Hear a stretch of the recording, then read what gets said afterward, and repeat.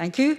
Next item of business is a debate on motion 22033 in the name of Kate Forbes on fiscal implications of COVID-19. Can I ask those members who wish to speak in the debate to press the request to speak buttons now? And I call on Kate Forbes to speak to and move the motion. Cabinet Secretary, 12 minutes or thereabout, please. Thank you, Presiding Officer. COVID-19 has presented Scotland, like much of the world, with a twin economic and health crisis. It's demanded a fiscal response that would have been unimaginable a few months ago. And with that in mind, it's important that we debate both the fiscal response to date and the actions that are still required as we move to the next phase of our response. And let me be very clear. Just as we have devoted our full and collective efforts, energy and creativity to the health emergency and to saving lives, so we will deploy all of our resources and ingenuity to the economic crisis and saving livelihoods. Since the beginning, with the support of parties across the Chamber and informed by stakeholders, we've taken a series of urgent actions, all with significant fiscal implications in response to the challenges faced by individuals, communities and businesses the length and breadth of this country. In light of the pace and the scale of these actions, fiscal transparency is vital, building a shared understanding of our opportunities but also our constraints. And accordingly, I have brought an early update to Parliament through a summer budget revision which the Finance and Constitution Committee has been considering. And it's become even clearer that the fiscal framework was not designed with a pandemic or an economic emergency in mind. It's not fit for the purpose of flexible budget management in these present circumstances, and that matters because it will make the difference between investing in our communities, our economy and our public services or not. And I'm pleased to see cross-party recognition from Labour, the Lib Dems and the Greens of the need for additional flexibilities and powers. Presiding Officer, the estimated Barnett consequentials notified by Treasury currently stand at £3.791 billion, and we are directing all such funding to our COVID-19 response. However, I would highlight the risk that these sums are subject to change, very possibly revised downwards, as they were by £70 million a few weeks ago. I am liaising closely with Treasury and continuing to press for assurances that funding won't be clawed back. Let me recap on our key spending actions to date. All additional funding so far in respect of health and social care has been passed on directly. That currently stands at around £780 million, with more anticipated in respect of PPE and test and protect costs. We've committed over £2.3 billion of business support measures targeted to reflect the differences between Scotland's economy and recovery and the rest of the UK. We've established sectoral schemes such as the 100% rates relief for tourism, retail and hospitality businesses and focused assistance for groups such as fishermen, the self-employed and small B&Bs. In fact, some of those groups that were highlighted over the weekend by the media and the UK Treasury Select Committee as falling through the Chancellor's schemes are caught by our extra funding. We've ensured that our response is nimble. Where demand has been lower than anticipated, we've repurposed funding, the prime example being the £120 million Pivotal Enterprise Resilience Fund that is supporting companies considered vital to the local or the national economy. Our £350 million community support package is making sure that those most affected by the pandemic get the help they need, particularly around emergency food. That funding supports low-income families with children, disabled people, older people, those who are self-isolating and others at risk. It's also helped support the third sector, which is doing a brilliant job in very challenging circumstances. We've committed over £300 million of direct support for local authorities, including some of the communities package. We're in regular contact with COSLA and individual councils about funding and other operational issues reflecting their importance. Well, I've been clear that the UK government funding to date is welcome, not least because it's our only source of extra funding during a pandemic, because we are not as yet permitted extra powers or flexibilities. It falls short of what's needed, and the fiscal framework, agreed in good faith, is too limited for us to address that gap. So together with Wales and Northern Ireland, I am continuing to engage with the UK government to press for fiscal flexibility, and today's motion seeks support for that principle. With the summer budget revision, my main intention has been to support early parliamentary consideration given the scale and the pace of our fiscal response. It seeks to amend the Budget Act by allocating over 3.5 billion in COVID-19 response funding notified by Treasury, £112 million of other consequentials generated by the UK budget, and a further £255 million reprioritised from existing allocations. It's a snapshot position from mid-May, and we intend to bring forward autumn and spring budget revisions during the financial year in the usual way. What the summer budget revision doesn't capture is the extent to which the costs we're now facing across all levels of government exceed the very welcome funding we have received to date. Based on notified consequentials, we currently estimate a shortfall of hundreds of millions of pounds. And that risk, which has now come to pass, was highlighted in March by the Institute of Fiscal Studies. And that's based on budget committed across portfolios to date, together with our central estimate of additional health and social care spend this year, excluding PPE and Test and Protect, which are subject to separate funding discussions with UK Government just now.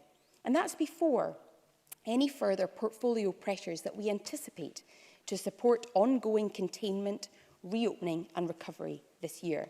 And I make this point with the aim of being open about the ongoing challenge and the context for any further UK funding. The recovery from the COVID-19 outbreak will require significant further funding. For example, our transport system will need to adapt to the continuing constraints of distancing as the economy reopens. The education system, from childcare to universities, will require new ways of working as children, pupils and students return. And our social security system will need to assist those affected by loss of income, while our employability and skills support will need to adapt to meet the challenge of growing unemployment. And without additional funding or flexibilities, we will face the impossible choice of not funding those areas and thus harming the economy and recovery, or making deep cuts to other areas of expenditure, which will similarly undermine recovery. And without certainty over funding, we are planning for recovery with one hand tied behind our back. But let me be clear, the funding provided to date is most welcome, but we will not be clear on what is available through the Barnett formula until the UK Government has finalised its own funding decisions. That might be too late for the decisions that we need to take now. Presiding Officer, I want to significantly invest in our economy, restore confidence and support Scottish businesses to create jobs and protect livelihoods. We will do what we can, but I want to be straight with the nation. As long as we are denied the ability to borrow for these purposes or use our budget as efficiently as possible or get full guarantees on funding available, the risk, the uncertainty and the volatility undermines our best efforts. It's not just the Scottish Government making these arguments. People of other political persuasions, and none, are making them too. I already quoted the Institute for Fiscal Studies, but they wrote, and I quote, "There is therefore a case for giving the devolved governments greater access to borrowing." Another man I don't often quote, but the former Chancellor, Alistair Darling, said that Scotland should benefit from low-cost borrowing. And the Fraser Allender Institute said that the flexibilities within the fiscal framework are not sufficient to bear the risk of the pandemic. Presiding Officer, this underlines the case for reasonable additional powers and flexibilities in respect of the fiscal framework, alongside the case for assurances from the UK Government on estimated COVID-19 funding. This is not a technical debate about fiscal flexibilities, and it's not a proxy debate for the Constitution. It is an appeal. It's an appeal for common sense and cross-party recognition that movement on these matters will enable us to invest and reject austerity. And a failure to make progress will prove unthinkable for our communities, our economy and our public services. In the meantime, Presiding Officer, whilst we debate these matters, we are still working as quickly as we did at the beginning of the pandemic to support the economy. On Friday, Fiona Hislop announced our investment in oil and gas. We've published guidance and offered certainty. we are committed to investing. The lockdown has impacted on capital investment plans across different parts of the Scottish Government, with the result that planned expenditure has been slowed or paused within some portfolios. The Scottish Government has a significant programme of infrastructure and capital investment planned, with a £6.2 billion included in the budget for 2020-2021. However, in some cases, paused or delayed activity has meant that portfolios now anticipate underspends. And on that basis, I'm pleased to announce a 2020-21 return to work package comprising £230 million of reallocated capital and financial transaction investment to be deployed across a range of activity that accelerates digital transformation and supports the most vulnerable groups to access digital services, that brings forward an early boost to our ambition for a green economy and bolsters the remaining pipeline of 2020-21 construction activity to give additional support to the sector when restart gets underway. COVID-19 has emphasised that digitally enabled public services are not only possible but necessary, and this package will build on the considerable progress made in moving services online through further investment in digital transformation. And altogether, the package provides approximately £87 million of a range of investments to bolster the pipeline of 2020-21 construction activity, which we estimate will support around 700 jobs in the wider Scottish economy, including through a range of place-based regeneration schemes. It also brings forward investment in multiple schemes aimed at supporting the transition to net zero. It delivers investment right across Scotland, in every part of Scotland. And this is only phase one of our economic response as people go back to work. Larger programmes will follow. And so, Presiding Officer, as I come to a close, I will of course continue to press for additional funding, and whilst views on the detail may vary, I hope that members across the Chamber can agree in principle that further fiscal flexibility will only enhance our collective response to this pandemic, enabling us to invest and reject austerity. Thank you. Thank you. Can you please move? I don't think you moved the motion. Perhaps and I move the motion in my name. Thank you very much. I now call Donald Cameron to speak to and move Amendment 22033.1. Mr Cameron, about 7 minutes, please. Thank you, Deputy Presiding Officer, and I welcome the opportunity to open for the Scottish Conservatives today. And can I move the amendment in my name? It is undoubtedly the case that the pandemic has presented us with significant challenges, whether it be managing public health in the safest way possible, protecting our economy from the immediate shocks of closure, or ensuring that our children continue to receive the best education they can in the circumstances. And the financial support offered to Scotland's workers and businesses has been paramount in sustaining livelihoods. And I genuinely believe that for the most part, both of Scotland's governments have responded quickly and effectively. The UK government in particular has stepped up by injecting significant financial resources into the Scottish economy, and while I mentioned some of these a few weeks ago, they bear repeating in order to acknowledge the sheer enormity of that response, which is without doubt unprecedented. During a crisis as significant as this one, the United Kingdom is Scotland's insurance policy, and it has paid out in full and on time. 3.8 billion, no thank you, 3.8 billion of Barnett consequentials, which have been vital to support our public services, 4.8 billion of support through the job retention scheme, nearly 700 million for our self-employed workforce through the self-employed scheme, 825 million of bounce-back loans, 460 million of business interruption support, all through the British Business Bank. And all of this represents more than £10 billion worth of support to date by the UK government, and represents the strength of a union being able to spread resources across the nations of the United Kingdom during tough times. And this level of support has been widely welcomed. I'm pressed. Yes, Mr Rumbles. Mike Rumbles. I thank Donald Cameron for giving way, and I would certainly accept that the UK government has done a great deal, £10 billion for Scotland. But there are a number of people that have fallen through the net because they're not included and I have to give credit also to the Scottish Government who have covered some of that, but there are still people falling through the net. Is there any, do you think there's any room for manoeuvre to help those people? Donald Cameron. Well, I think the member makes a good point, and it's something that we have been pressing for some time. There are a number of workers and businesses who still indeed fall through the cracks. And there is another problem, that is the speed at which applications are being processed. But I would like to move on. I would say that the support from the UK government has actually been noted by others. Professor Gallagher stated the extent to which the UK government has spent money has probably surprised the government itself. And I, of course, welcome the fact that the Cabinet Secretary has consistently acknowledged that support from the... I'm afraid I'm going to have to move on. I have limited time. Acknowledges the support from the UK government. And it would be remiss of me not to acknowledge and welcome what the Scottish government has done during this crisis to mirror support schemes. And in that regard, can I welcome the extra support which has been announced today.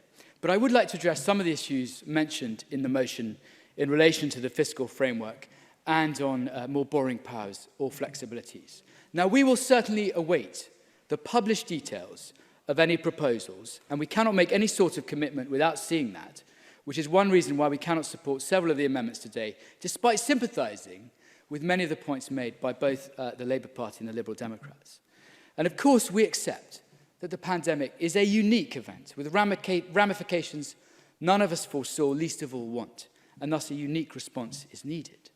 However, many will treat the various calls for more borrowing powers or an urgent review of the fiscal framework with a heavy dose of scepticism. Let's recall a few facts. First, the fiscal framework was, of course, a joint effort concluded in good faith by the UK government and the SNP government of the day, led by John Swinney in the negotiations. And as many have noted, not least in their evidence to the Finance Committee, the fiscal framework is working currently as it should. It is doing what it says on the tin. The resilience of that framework is notable, and that fact should be recognised. Because despite the economic ravages of the virus, Scotland's budget this year is mostly insulated in terms of income tax revenue. Yes, I take it. I thank Mr. Stuart Cameron. McMillan. I thank Mr. Cameron for taking the intervention, but would Mr. Cameron accept that when the fiscal framework was established from 2016, the economic situation that we face now and also with Brexit is somewhat different, to say the least, and therefore the fiscal framework does need to change? Donald Cameron. Well, I would accept that the fiscal framework protects the Scottish budget from UK-wide economic shocks, but managing any differential impact is the responsibility of the Scottish Government. That's the principle underpinning the Smith Commission, and it works. It incentivises the Scottish Government to grow the economy, but protects the budget. And here, the context is important when we talk about borrowing powers, because as a result of their budgetary decisions in government, again, pre-pandemic, the Scottish Government requires to find some very significant funds to plug the £1 billion black hole in our finances due to tax reconciliations. And I don't want to spend more time going through the borrowing powers that the Scottish Government already has, both in terms of resource borrowing, capital expenditure, and the Scotland Reserve. But the problem is the Scottish Government has already substantially committed this borrowing even before the virus struck. We know for the first time the Scottish Government has used its resource borrowing powers this year. We know that since 2015, the SNP government has borrowed some £2.5 billion in capital funds. And we know that the current sum left in the Scotland Reserve is £165 million, which in relative terms is a small sum. So having virtually maxed out the credit card with little left in the kitty, is it any wonder that there is cynicism when more credit is being sought? And it's not just from these benches. Experts before the Finance Committee said, quoting Professor Gallagher, that this issue was a red herring. And he was also very clear that the UK government's ability to borrow, even at negative interest rates, was a formidable weapon in the fiscal armoury. And that is not something that would be available to the Scottish government.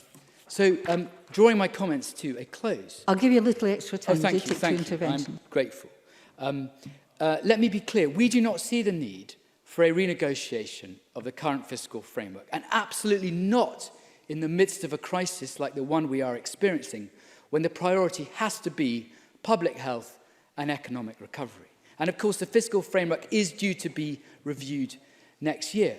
And finally, Deputy Presiding Officer, any debate on the fiscal implications of the pandemic should, of course, first be framed in terms of the human cost of lives lost tragically to this horrific disease, but we also require to compute the economic loss, and not just in terms of fiscal impact and the public finances.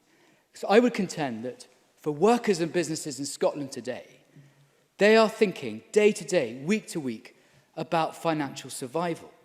And the Scottish Government is making political decisions that affect that, as the Cabinet Secretary candidly admitted last week when she said recovery could be slower here as a result of easing lockdown in a different way to the rest of the UK. And all our efforts should be focused on getting businesses back on track and rebooting our economy, ensuring long-term recovery and then growth so that our public finances are secure. That should be the unwavering, unstinting and unrelenting aim of everyone in this chamber. Thank you. Thank you very much. I've got practically no time in hand, I'm afraid, so interventions have to be absorbed. Sorry about that. I call on Jackie Bailey to speak to move Amendment 22033.2. Ms Bailey, 6 minutes, please. Thank you very much, Presiding Officer. It's fair to say that the implications of the COVID-19 pandemic will be far-reaching. We've seen the extraordinary pressures placed on our health and social care system, the personal challenges faced by individuals and families, and we're now starting to see the economic devastation and loss of jobs, which will impact on every community across Scotland. Only today, ONS tell us that unemployment in Scotland has risen to 127,000, the highest of all the UK nations. And of course, there is pressure on the public finances, some immediate and short-term pressures, which require flexible approaches to be negotiated now, and longer-term issues, which require careful negotiation in the year ahead. Both scenarios require governments to work together in the interests of the people. So I would caution the SNP not to come up with a shopping list of transitional demands which are not strategic. Let's not create grievance with the UK government as our starting point, but better to secure their agreement going forward. And I would also caution against ad hoc adjustments to the Barnett formula, because we know it serves Scotland well. I am a great believer in setting out what outcomes you want to achieve right at the start. So our primary objective should be to apply the maximum resources to rebooting the Scottish economy. That goes well beyond the detail of the fiscal framework. It means marshalling all the resources that will be available in Scotland directly from the UK government, as well as from the Scottish budget, into a coherent strategy. So as well as resources, we need a plan.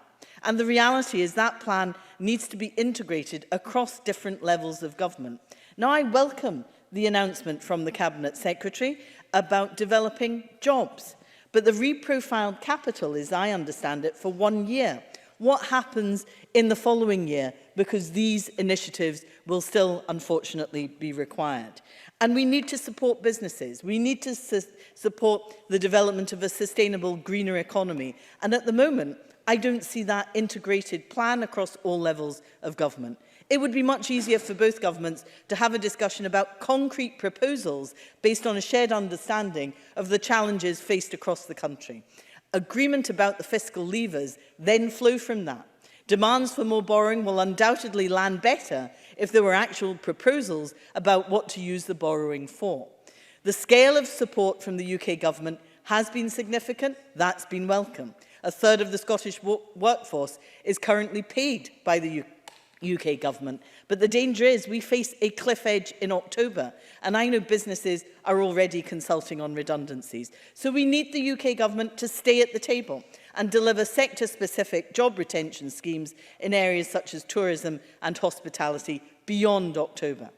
There is, of course, the immediate challenge faced by the Scottish budget, and I absolutely agree that flexibility is required now. We know that income from land and building transaction tax is likely to fall. We equally know that spending on social security is likely to rise. Borrowing to cover the tax shortfall might be necessary, unless the Cabinet Secretary, of course, thinks that the 93 million remaining borrowing available this year, together with the Scotland Reserve of 165 million, is enough. Of course, there is already a problem with the budget that predates COVID-19. Both the Scottish Government and Fiscal Commission have overestimated our income tax take, over the last 3 financial years, so that just shy of £1 billion needs to be repaid, 555 million in this year alone. Let me say to the Cabinet Secretary, I think it's reasonable to ask for some time to pay, given the current circumstances. Let me turn to the question of asymmetric shocks. The Fiscal Framework provides for the possibility that COVID will turn out to be a substantial asymmetric shock, but not if it occurs as a result of the Scottish Government's decisions. Now, that is something that can be reviewed when the overall fiscal framework is considered.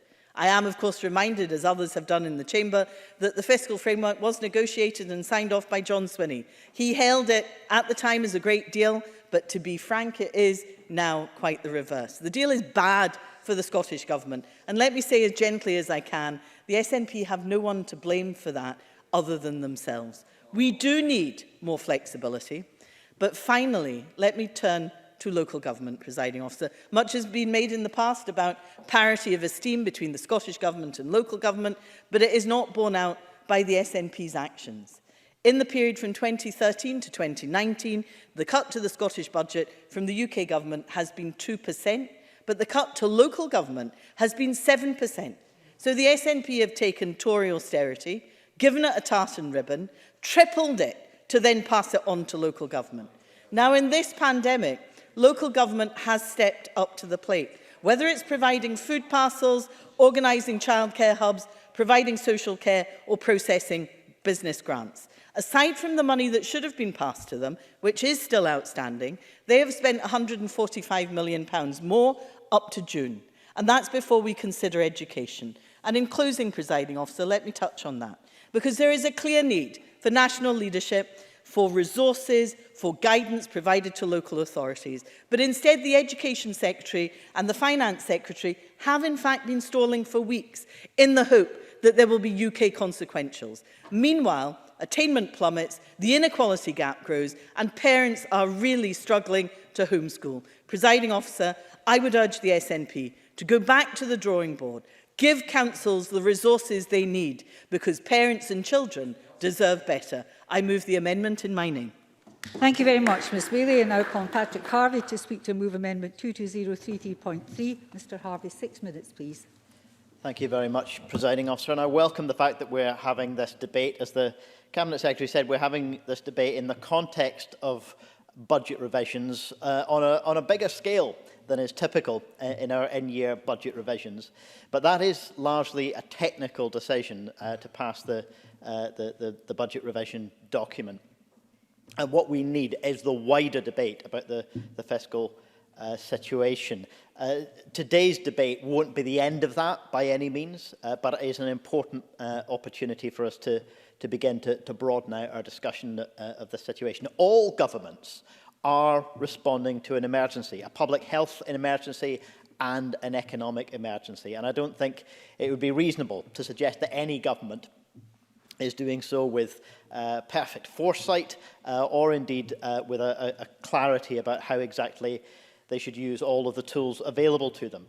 But the fiscal response by governments is only one set of tools. It's important, but it's only one set of tools. And most governments can exercise it freely, without constraint, and in the context of wider macroeconomic powers. The Scottish Government is tightly constrained in the way that it can fiscally respond to this situation. And so it is critical that we make the case for wider UK action, as well as for wider flexibility for the Scottish Government to be able to take steps. Important steps have been taken so far, and we should recognise that. And I think the motion and the comments from the other parties does recognise it, but far more is going to be needed. The motion recognises that, recognises the limitations of what's possible, and is very clear that fiscal flexibility is required.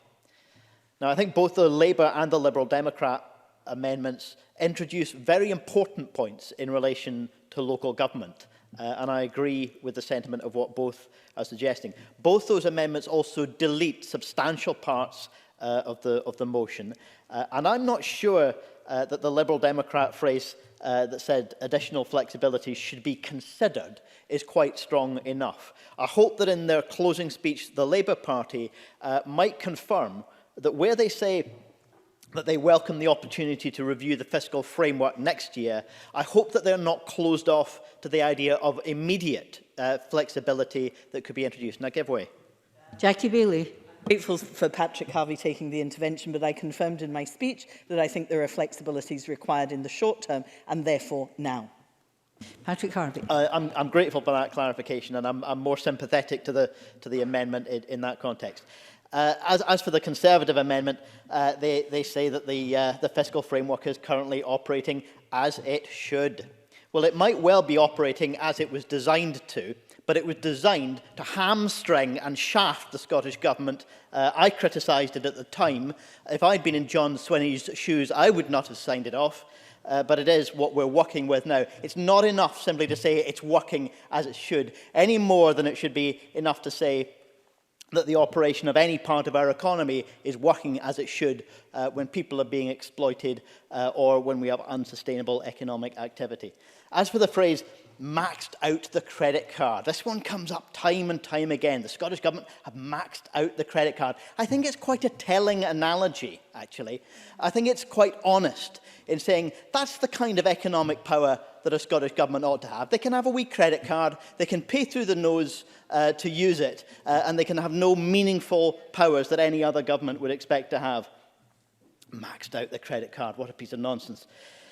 I want to move on, Presiding Officer, to talk about the elements raised in my own amendment, because there are further steps that are absolutely going to be necessary, as other governments are recognising. And in fact, the European Union, on 27th of May, the Commission presented in Parliament a €750 billion economic stimulus plan, and this is in addition to, obviously, action being taken by Member States. I deeply regret that the UK will not have access to the ability to work collectively with other EU countries as a full Member State, but that is a result of UK government choices. And as for the affordability of the stimulus package that's going to be necessary, I would refer members to the work of the Resolution Foundation, which has said borrowing is high, but there is no sign that the government is struggling to fund itself.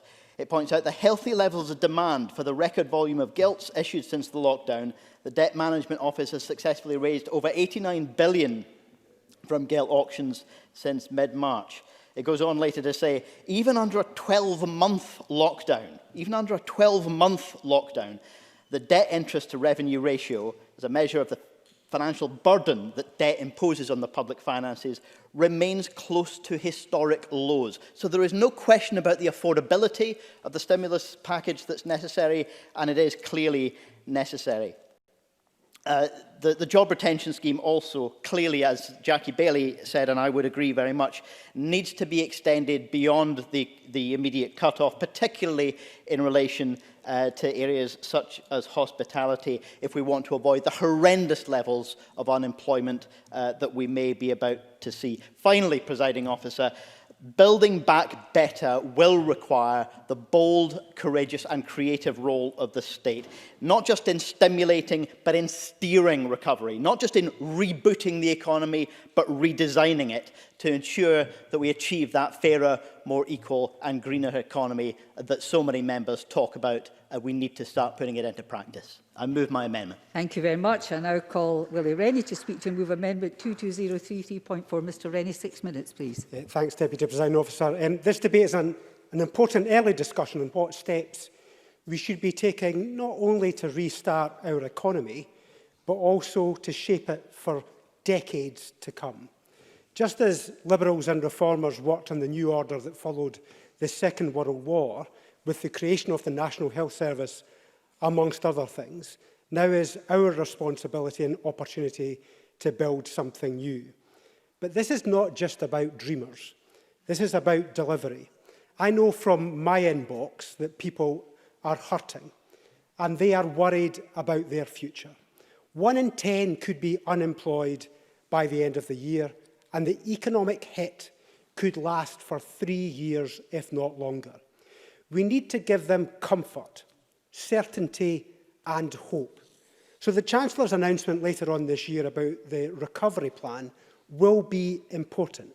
It is when decisions will be made about the size of the state, the level of the intervention, how we manage or pay off the debt, and the level of the annual deficit. Our view is that if the UK government seeks to impose on itself a needless, masochistic rule to pay off the debt and operate too tight a fiscal arrangement, then it will snuff out any economic recovery. There is significant tolerance in the markets to greater borrowing by government.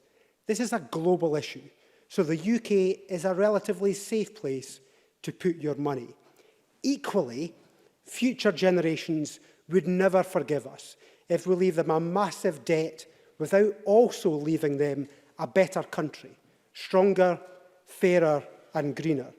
That means new green homes, more green energy, heat and electricity, more pay for those in the front line of the pandemic, including care home workers, new job schemes and support for our excellent universities.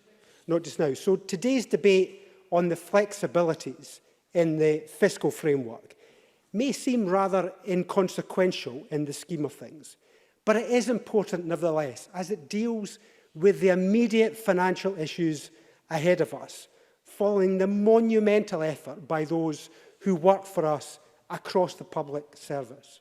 With the fraction of the time normally required, they have reinvented the state to come to the aid of businesses, of people and of communities. The enterprise agencies, local councils, the Scottish and UK governments and so many others have stepped up. So now is our time to step up for them. It needs to be noted that the support for Scotland from the UK is more than the funds that it supplies to the Scottish Government. It also includes the furlough scheme, the self-employment schemes and the various loans and grant schemes. And I'm afraid the Cabinet Secretary's motion doesn't include reference to that.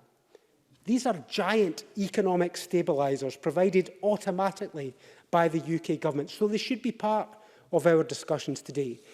Take today's unemployment figures. It shows 30,000 more people out of work in the months until April. That's before the real teeth of the economic crisis will have bitten. Just those people alone will get £100 million of unemployment support direct to them. That's not money that comes through the Scottish Government's desk. It doesn't pass through their accounts. But it is important to people in Scotland. And where the economic shock is asymmetric, as today's unemployment figures are, then the system works to give more support to Scotland. Not just the Barnett share, not just now, of the lower English unemployment. I think the full analysis of the fiscal framework needs to have the full numbers included within it. Those are currently missing. That's why my amendment acknowledges the funding direct from the UK Government and suggests that the adjustments to the framework should be considered. I would expect that to be done if we get a fuller information, financial information from the Scottish Government. And we should, as Jackie Baillie recognised, we should recognise that the endless hours that John Swinney invested in coming up with the fiscal framework. At the time, he praised it as being fair to taxpayers, and he also thought it was a good agreement. It would be helpful if the Cabinet Secretary, in her summing up, could set out some of the detail that she envisages in terms of the fiscal flexibilities that she seeks. We are prepared to support short-term flexibilities, as we do not believe those changes would fundamentally undermine the strength and benefits of the United Kingdom. It is right that the framework allows for the effects of decisions made by the Scottish Government to be felt by the Scottish Government. But that doesn't apply in the case of COVID-19. This is an exceptional event, and we should be covered to be able to cover that in the flexibilities. The construction industry has been largely absent for months, so it's no surprise the Scottish Government hasn't been able to spend its capital on some of that construction work. We should have flexibility in that area. The current borrowing requirements on resource are designed to deal with end-year management or budgeting errors. Yet greater borrowing to deal with a pandemic would be really helpful in this circumstance. So I think we should get flexibilities on that. Even though the Labour amendment today preempts my amendment, because it broadly is similar to my amendment, we will support it at decision time. And I would encourage the Scottish Government and others to support it too. But nevertheless, I will move my amendment, even though I hope we don't even get to it. Thank you. Very gracious. Open debate, 6-minute speeches. Bruce Crawford, to be followed by Maurice Golden. Mr. Crawford, please. Thank you, Presiding Officer. I'm very glad we're having this debate this afternoon. I think it comes at just the right moment, and I sincerely thank party managers for enabling it. Presiding Officer, there's a fair bit of ground I'd like to cover today, but let me start with the fiscal framework agreed between the Scottish Government and UK governments following the work of the Smith Commission. I think it's in the main accepted here at Holyrood that even before the advent of COVID-19, the framework required reform, particularly with regard to the borrowing powers available to manage the risk and volatility arising from forecasting errors. That's not to say, of course, that the designers of the framework got it wrong. Only experience could have shown us where improvements might be required. The cries of blame from Jackie Baillie are not helpful in this context. That's why, after all, the review process was built into the agreement from the outset. However, I think it's fair to recognise in the face of these unprecedented times that at least in the short term, the agreement has provided a level of protection for spending power of the Scottish Government budget. However, what the COVID crisis has also demonstrated is that we do not have the reach and fiscal responsibility that is required to match the scale of the challenge we face as we seek to rebuild the Scottish economy. Presiding Officer, there is evidence emerging that the Scottish economy may suffer a greater downturn than the rest of the UK because of our larger relative footprint of oil and tourism-related activity. But there's also evidence suggesting that because the public sector is relatively larger and pay levels are on the whole a little more generous there in Scotland, this may prove something of a levelling out factor.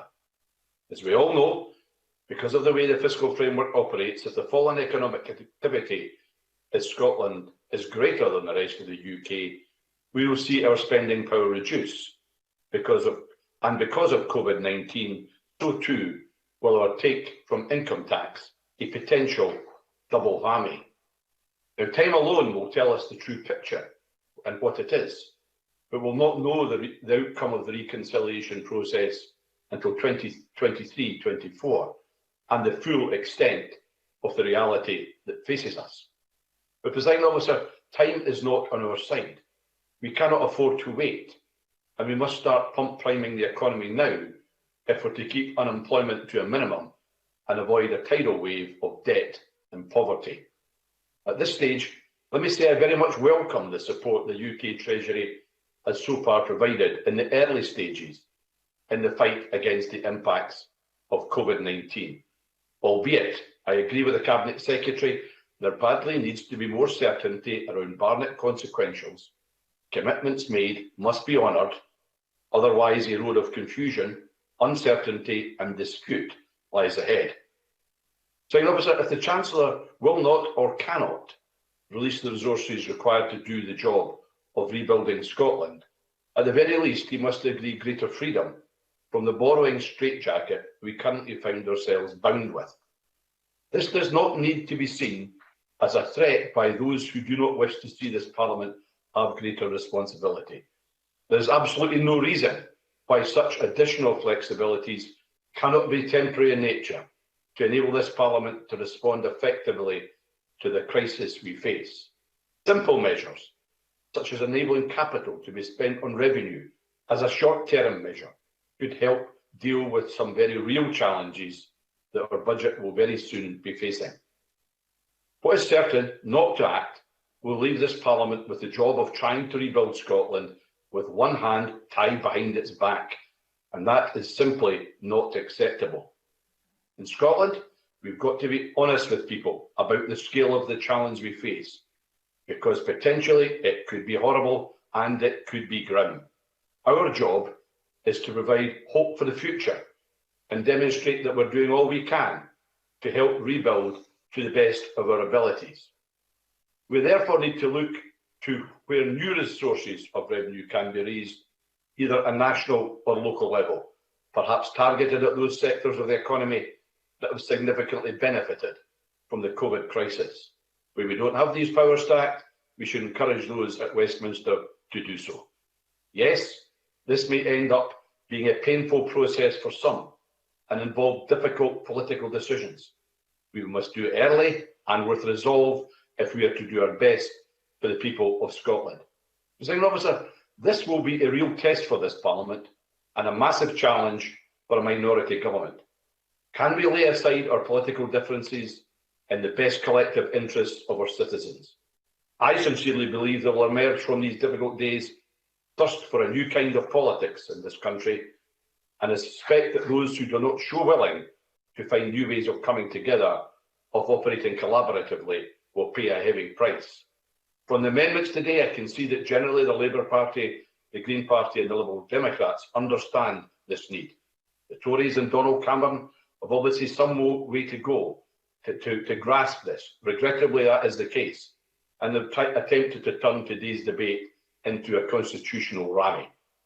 No one could have imagined we'd find ourselves in these unprecedented circumstances, but it's how, as a collective, we respond to the challenge of our age that history will come to judge us. Let us rise to that challenge and show the world this institution has found its time and come of age. Presiding Officer. Thank you very much, Mr Crawford. I call Maurice Gold to be followed by Angela Constance. Mr Golden, please. Thank you, Deputy Presiding Officer. Coronavirus is the biggest economic challenge of our lifetimes, requiring a massive fiscal response, and that is exactly what the UK Government has provided. £10 billion has been ploughed into Scotland to fight the virus, £3.8 billion directly to the Scottish Government budget, and much more besides to save jobs, increase welfare payments and protect businesses. The scale of this intervention is staggering. Almost a third of the entire Scottish workforce, some 800,000 Scots, have had their jobs saved by the UK Government. That is on top of all the other UK Government measures, such as instructing banks to give mortgage holidays, instructing energy companies to help people struggling with bills, offering interest-free loans to businesses, boosting universal credit by £1,000 and much more besides. I hear derision from the SNP benches. That will come as cold comfort to those 800,000 Scots that the SNP presumably wish are receiving no furlough at this time.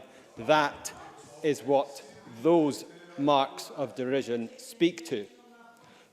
In a second, the UK Government response has gone beyond many people's expectations. Jackie Baillie. Jackie Baillie. I very much welcome the job furlough scheme, but would the member agree that actually it needs to consider carry on beyond October, because we have a reliance on tourism and hospitality that will extend right into March? Will he argue for an extension of the job retention scheme for that specific purpose? Maurice Golden. I think that we will see the recovery package from the UK Government, and it may be that there's elements that need to be looked at, particularly sector deals for tourism and hospitality. But I was making the point, which I concede was supported by the Labour Party, that indeed the furlough scheme is something to be welcomed. Of course, the SNP appear to be turning their backs on that support. I need to make some progress. The Chartered Institute of Taxation said the UK Government has responded with more largesse than one might have anticipated. The Finance Secretary has publicly praised the UK Government's response. Not to be outdone, the Economy Secretary took to the airwaves to describe the job retention scheme as a lifeline, and it has been, keeping the economy from collapse until it can be restarted. That is where our economic efforts should now be focused. Kate Forbes. Cabinet Secretary. I'm pleased to have been quoted by the member in my welcoming of the furlough scheme. Can he remind the Chamber how it's been funded? Maurice Golden. Well, it's funded through the the 10 billion package that's been offered to Scotland and by the UK government. And that £10 billion that's helped to fund those measures, including £3.8 billion from Barnett consequentials, is something that we should all be welcomed. However, we also require further action from the Scottish Government to act in tandem with the UK's efforts. If we consider the response over the last few weeks, it is worth noting that it was only last week that construction sites were allowed to reopen in Scotland. That is despite them having had safe working plans drawn up and English sites have been opened for weeks. Or on the manufacturing front, Scottish firms safely producing orders for the NHS, but barred from fully reopening and competing for contracts to secure their future. Businesses need more information regarding plans so they can prepare to get staff back, take bookings and open their doors again. We need an open conversation with businesses to deliver a balanced restart of our economy. More borrowing powers or even fiscal autonomy has been called for by the Finance Secretary, saying more powers were required to tackle the crisis. The reality is that full fiscal autonomy would lead to cuts and austerity. Public spending was almost £14,000 per person in Scotland before coronavirus, considerably higher than the £12,000 UK average. Full fiscal autonomy would mean an end to that extra spending. In the middle of an economic crisis, making every man, woman and child in Scotland £2,000 poorer is the last thing anyone should be arguing for. More borrowing powers for revenue is not the answer either. I'm not making a political point on this, it's purely an economic argument. In this scenario, we would have the bizarre situation where the Scottish Government would be utilising funds from the Bank of England without the regulatory oversight required as the lender of last resort. Therefore, without a union lock on such proposals, the likelihood of a default is high. More generally, the Scottish Government have already used up over half their borrowing capacity before the crisis, with the outcome that growth was projected to lag behind the rest of the UK for years to come. Full use of existing powers and the billions in support for Scotland should be the priority here, not arguing over new powers. Just the other week, the Associate Director of the IFS set out to the Finance Committee how our borrowing powers are not meant to address these long-term shortfalls. And you must conclude, please. This is the fiscal challenge ahead, not short-term fixes, but a prudent, long-term economic management. That's how we create jobs, boost wages and protect our NHS. Thank you very much. And I call Angela Constance, we're followed by Alec Rowley. Ms Constance, please. Thank you, Presiding Officer. The stark reality is that what is required to combat COVID and protect our public services and care for our communities and build businesses far exceeds what is available in terms of the tools of the trade or indeed hard cash. And this debate today is about the here and now. It's about the budget, its revisions, the fiscal framework, all of which impacts on every aspect of economic and social justice in this country. So this debate is also about our shared future and the Scotland we seek. And as we look to life beyond lockdown, we need to start to rewrite the rules and rebuild an economy that is more democratic, entrepreneurial and fairer. In times of crisis, it is always those with least that suffer the most. Therefore, we need a resilient economy that can't be blown off course when it comes to jobs, proper pay and ending poverty. But where do we start? Well, let me start by declaring an interest as I sit on the board of Commonweal, and in a recent publication they made 3 suggestions for the here and now. The first 2 could be done at the stroke of a pen by Westminster, and that is removing the borrowing cap and giving full dispensation to the Scottish National Investment Bank. The third action is around public procurement, which has come on leaps and bounds under the Scottish Government, but there is more to do. And I've always been very interested in the work done by Preston Council when they systematically increased the proportion of their budget that was invested and spent locally. And I am being political, presiding officer, when I say we have a problem, but not all the tools to sort it. Indeed, the Finance and Constitution Committee received evidence that the fiscal framework is not designed for a crisis when you need to be fleet of foot. Instead, we sit and wait on Westminster, developing, costing and announcing, and then we wait on the cheque arriving in the post. And we know that consequentials can be revised downwards as well as upwards, a risk highlighted by Audit Scotland, amongst others. And we don't even have the ability to transfer capital to resource funding, not exactly radical, just a simple, flexible measure that most other countries have. And the UK Government can borrow to fund additional COVID-related spend. The Scottish Government can't. The UK can borrow long-term, cheaply, with no binding limits. The Scottish Government, by contrast, has to balance its budget, yet other OECD countries have relaxed some of the rules for devolved administrations. And will we even be allowed greater access to the National Loan Fund? And I am glad that the UK Government seemed to have got over their austerity-driven aversion to borrowing. I have never understood the logic of government opting out and pleading prudence, yet content instead to see individuals, families and businesses burdened by debt, insecurity and poverty. I'm also a bit disappointed that Alec Neil isn't speaking today, because he would be arguing for Scotland's share of the £645 billion that the Bank of England is printing for the UK Government. But the big question is, of course, how are we going to support economic recovery without more borrowing powers and additional flexibility? The choice for Westminster is, will they give us more powers or more money? And I worry about how one of the most fiscally centralised governments in the world will answer that question, which will mean that the choices for the Scottish Government may be completely unpalatable. And those of us who represent or who were raised in constituencies that still bear the scars of unemployment from the 1980s or the financial crash of 2008 will be desperate not to go back to the future. And the prospect of unemployment reaching 10% or more is grave, particularly given that this would mean a correspondent rise in youth unemployment 2 to 3 times higher, possibly reaching 30%. And constituencies like my own, according to the Social Market Foundation, our local economy, because of the nature of it, face the disproportionate impact of the double whammy of Brexit and COVID.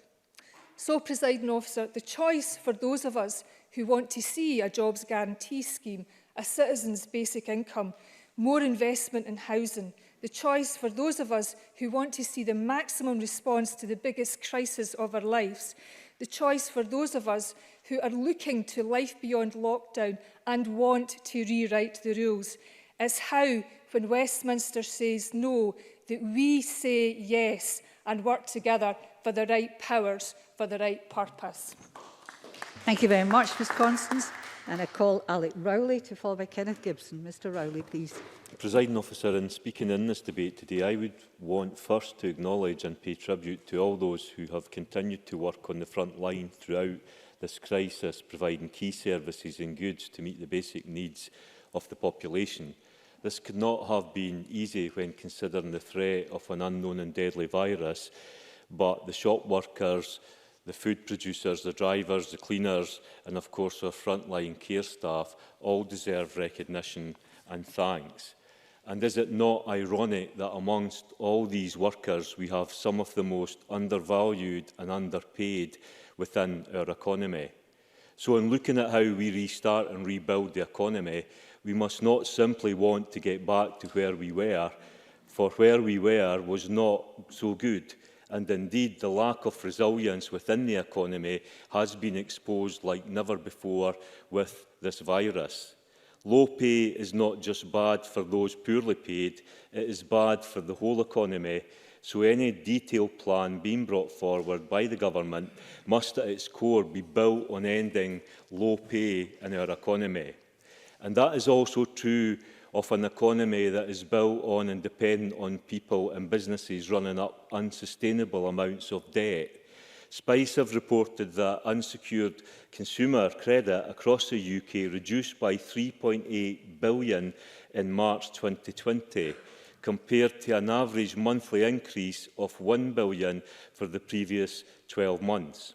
So there must surely be a realisation that you cannot build and maintain a successful economy based on consumer debt. It is Tory dogma, private debt good, public debt bad, that has in this pandemic fallen apart. And that is why Scottish Labour does support the view that this Parliament must have greater ability to borrow to invest in Scotland's future. Government borrowing to invest in the economy is something that must happen and is key to any recovery plan. I also note that Commonweal, in their recent publication on the way forward, calls for the Scottish National Investment Bank to be given immediate dispensation from the UK Treasury to be recognised as a proper bank and as such can invest to stimulate the Scottish economy. Last week I asked the Finance Secretary to bring forward a paper outlining where further powers are required, and I do hope that she will do so in order that we can get on the same page of understanding how the Government intends to move forward in this economic crisis. I would have to say, however, that the Government's record on investing and supporting companies in, for example, offshore wind, has not resulted in jobs for Scotland. Indeed, it would seem every country but Scotland. It is a disgrace that we have yards in Methil, Burnt Island and Stornoway lying empty when the work to build the wind farms around the coast of Scotland is going everywhere but Scotland. I read recently that the French Finance Minister has told the car industry in France that the state will stand by them, but on the condition that the vehicle production is gradually repatriated to French shores. It is not simply the state putting money in for the profiteers to take the rewards, but the state must increasingly have a greater role within the economy and ensure that the rewards are distributed and remain within the economy. Can I also make clear that the current financial framework is putting enormous pressure on Scotland's finances and must be renegotiated? How any government putting Scotland's interests first could have signed up to this is somewhat baffling, and this must be addressed. It will also be important that we learn from the last financial crash, and the greatest lesson from that is that failed Tory austerity must not and never be again an option. The Tories' decision to impose deep austerity on the least able did not just cause human misery, it actually damaged and held back economic growth. Failed Tory austerity also resulted in a situation where frontline public services were not in any shape to face a global pandemic, and it is only down to the dedication and commitment of frontline workers that we have been able to struggle through this last period. And that is why the Scottish Government must recognise the very real financial pressures and difficulties that councils up and down Scotland have. If we want to open up our schools, if we open up our councils will require far greater finance than they have to date. There needs to be a clear commitment to put more funding into education and into other areas within the economy that we want to get moving. We also must recognise the role of local government in driving the economy, and that is why, Presiding Officer, in concluding, I would say that there must be a new relationship, a new deal between local and central government with a common objective of driving forward the economy in a sustainable way. Thank you. Kenneth Gibson, followed by Graham Simpson. Presiding Officer, across Scotland, 628,000 jobs are furloughed, 14,000 in North Ayrshire. A ticking time bomb for when furlough ends. Today is the last date by which large employers can give staff 45 days notice of redundancy before national insurance and pension contributions resume on the 1st of August. Sadly, some will issue those notices. Furlough must be extended. The 2016 Fiscal Framework Agreement between the Scottish and UK governments must work for Scotland, and greater flexibility is needed, as the Fraser of Allender Institute and indeed a number of members have said. Under the framework, if we need to go further than the UK on coronavirus-related measures, other areas of spending may have to be cut, as has already happened in Wales.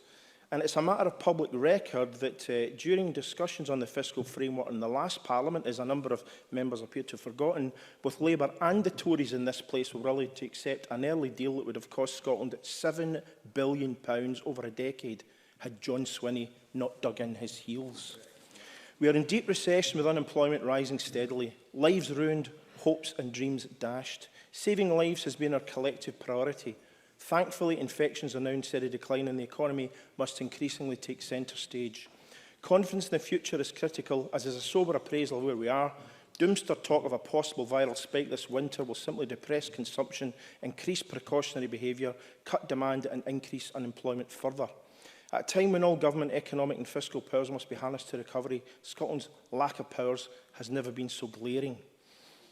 Members are aware of the straitjacket we are in and the limited room for manoeuvre Scottish ministers have, despite them performing heroically. The Cabinet Secretary rightly requested the devolution of more powers, particularly borrowing. However, we must also insist on devolution of the funds that go with them. The UK Government has form on this. When council tax benefit was devolved, only 90% of funding came with it, forcing Scottish ministers to cough up £17 million a year, with £22 million coming from local government. Sneakily, employment programmes were cut by 92% just before they were devolved. Now their increase provoked even a cheep from the Tory benches in this place. Scottish ministers are therefore in the unenviable position of looking to a capricious UK government to help weather the storm whilst optimising its own fiscal resources. Budgets should be trawled for areas where the pandemic has reduced expenditure and savings can be made without damage. Indeed, £255.2 million of existing expenditure has already been reprioritised. Two other areas spring to mind which will not impact on struggling communities or inflict austerity. Several times I've raised the fact that booming supermarkets have been excused non-domestic rates for this financial year. This amounts to tens of millions of pounds, and supermarkets should be asked to resume payments from the 1st of July. Resources saved could then be reallocated, not least to the pivotal Enterprise Resilience Fund, helping hard-pressed and job-rich sectors of our economy, such as hospitality and tourism. I also make a plea for island communities. Enthusiastic social distancing in the Caledonian Isles will cut capacity from 1,000 to a feeble 75, making recovery from the pandemic nigh and impossible for Arran's tourist businesses. I'm happy to take an intervention. Neil Finlay. Mentions Arran, I'm sure he will welcome the building of council houses on Arran for the first time in a long time by North Ayrshire Labour Council. Angela Constance mentioned the excellent work being done in Preston. Would you also commend the excellent work being done in North Ayrshire under Joe Cullinane's leadership, which is very much working in collaboration with Preston? I'm not a big fan of protectionism, so I won't actually congratulate him on that. And as far as the 34 council houses are concerned, that wouldn't happen without the money coming from this government. We all remember the 6 council houses built with the last Labour administration in Shetland. Before the pandemic hit home, ministers decided that EU students studying in Scotland from this autumn would have their fees paid by Scottish taxpayers, despite their withdrawal from the EU. Last year, that figure was £97.8 million. If EU students are charged fees, their numbers might fall, but fees paid, together with resources currently provided in support of EU students, would undoubtedly assist higher education, which is desperately short of money following the loss of non-EU student income. Brexit is also certain to damage our economy and finances. Of course, it's hard to see the economy getting back on track with rising productivity and recovery in our fiscal position if schools are blended and parents have to take more time off to look after their children. It's increasingly clear that the ongoing permanent damage to children's education, along with diminished social interaction and an increasing instance of mental health problems, is becoming disproportionately high relative to the risk now posed by COVID-19 to children. Importantly, this government does not have the resources to recruit the thousands of extra teachers, even if they existed. The EIS and others demand to teach smaller classes, and ministers should say so. Even before lockdown, people suffered a loss of individual economic power, with low productivity, growth across the UK, stagnant income since the financial crisis, and stubbornly high levels of poverty and inequality. Many workers are financially insecure, in stark contrast to tax-dodging elites which salted money into overseas havens while corporate executive pay rocketed. Solutions, while Scotland remains devolved, lie at Westminster.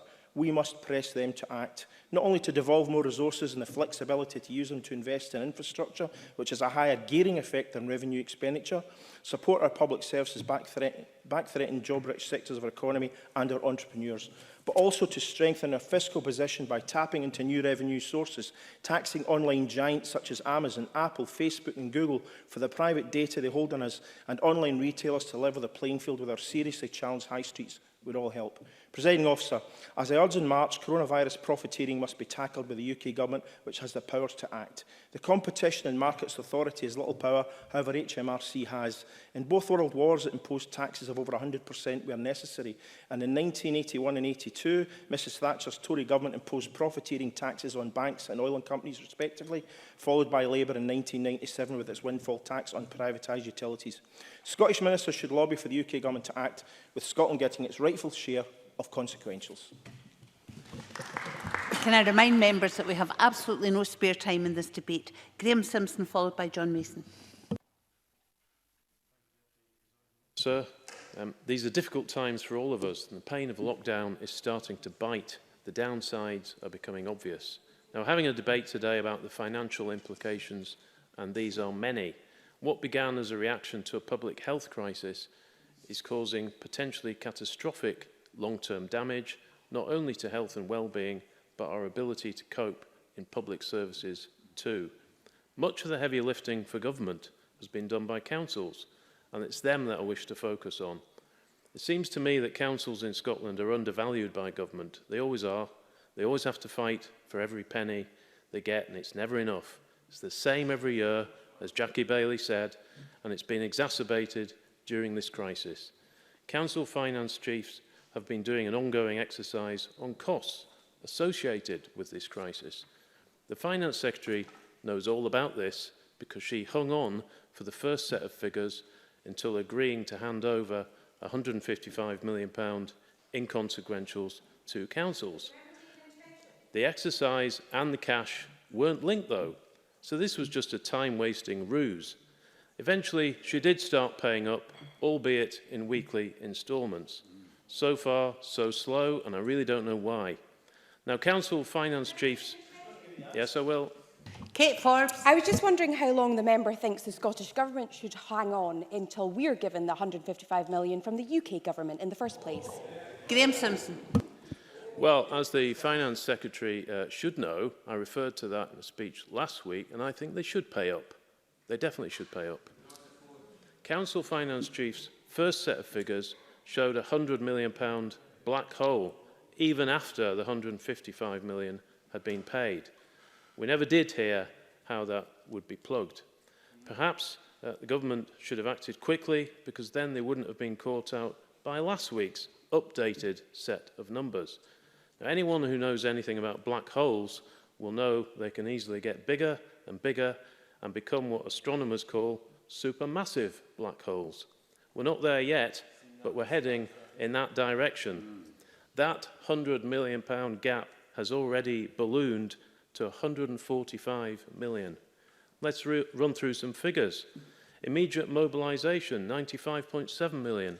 Loss of income and other costs, £189.5. Savings not achieved, £31 million. Council tax, buoyancy, bad debt and cash flow, £9.5 million.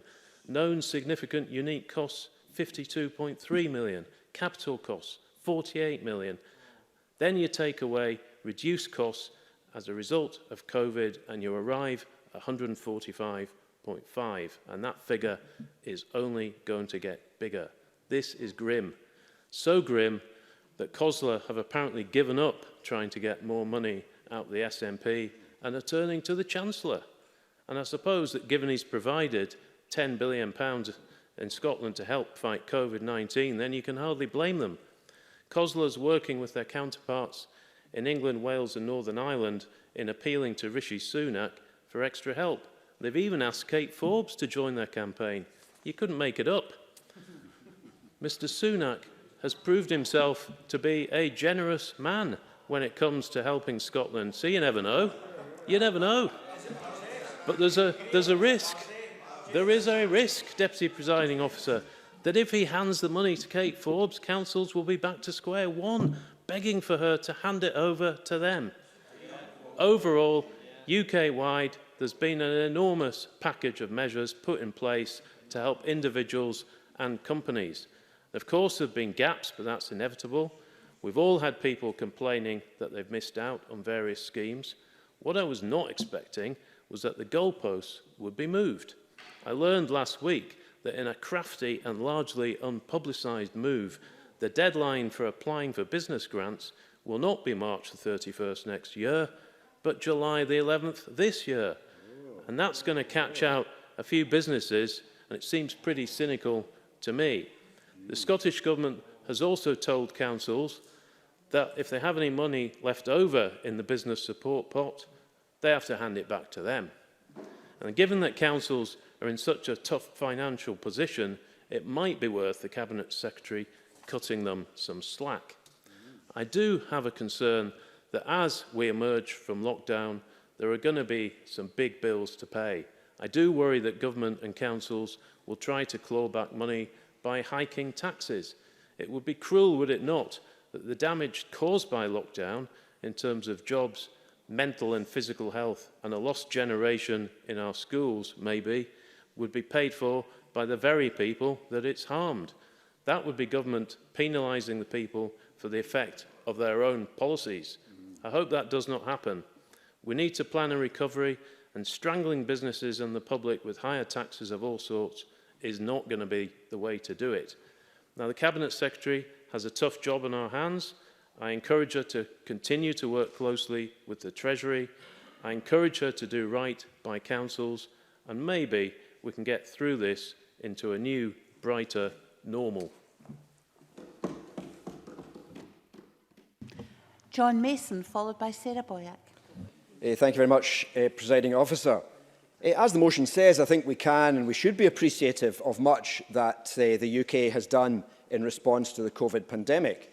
The 80% furlough scheme has been much appreciated by both businesses and individual staff within my constituency. Other business support was put in place quickly, and although using the rates register was not perfect, it did give a solid base to start from. Attempts have been made to fill in gaps, and I have to say I think some confirmation of a business's legitimacy had to be required.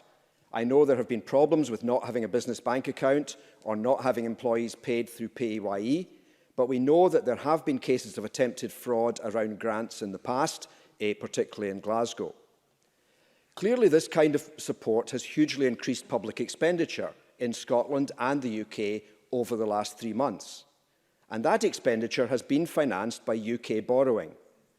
So the UK deficit and debt has greatly increased, the latter to some £2 trillion. That equates to about £30,000 per head in the UK. Now, can the UK actually afford this? Can each of us actually afford that £30,000 debt? Or for a family of 4, that means £120,000. Should we now borrow more to fund a recovery? Is there an upper limit to which the UK cannot borrow beyond? Traditionally, when a country spent much more than it earned, inflation has often been allowed to rise in order to reduce the value of the debt. That also tends to mean higher interest rates. I remember when I bought my flat for £25,000 30 years ago in 1990, that the interest rates were 15%. And that was a bit scary, as I could not have afforded the mortgage if interest rates had gone much higher. Thankfully, they came down. Could inflation and interest rates take off again? Yes, it is possible. So what are the other options for dealing with this deficit and debt? The UK could just keep on borrowing, and they could give us in Scotland more power to do so as well. And that may well be justifiable for boosting the economy through capital investment and for short-term timing differences. However, I do not believe that in the longer term, borrowing to finance current revenue expenditure is sustainable. It pushes the problem down the road and will damage our children and grandchildren. When a household hits financial problems, more borrowing is seldom the answer. Neither is it often the right answer for a country. Another option for the UK government is to cut spending. That has been the traditional route of the Conservatives for balancing the budget, and has led to this much detested term of austerity.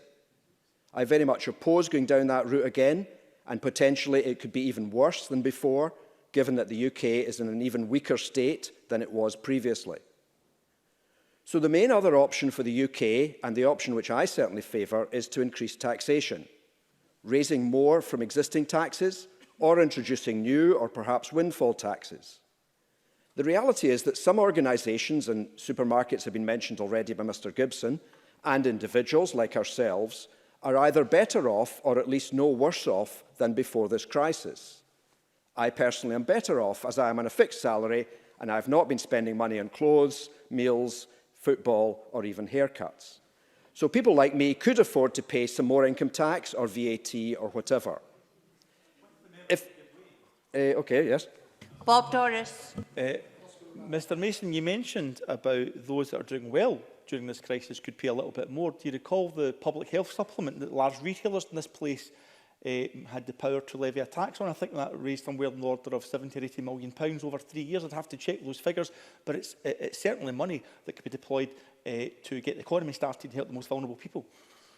John Mason. Yes, well, I think that's exactly the kind of example, and I think Mr Gibson also gave examples of some of the online shopping companies and so on that could definitely afford to pay more tax. So we should look at that. Now, if the UK does go down that route with more taxation, we in Scotland will obviously need to decide how to respond ourselves. If it's something like increased corporation tax or VAT or inheritance tax or maybe a new wealth tax, then it would be reserved and will impact on all of the UK.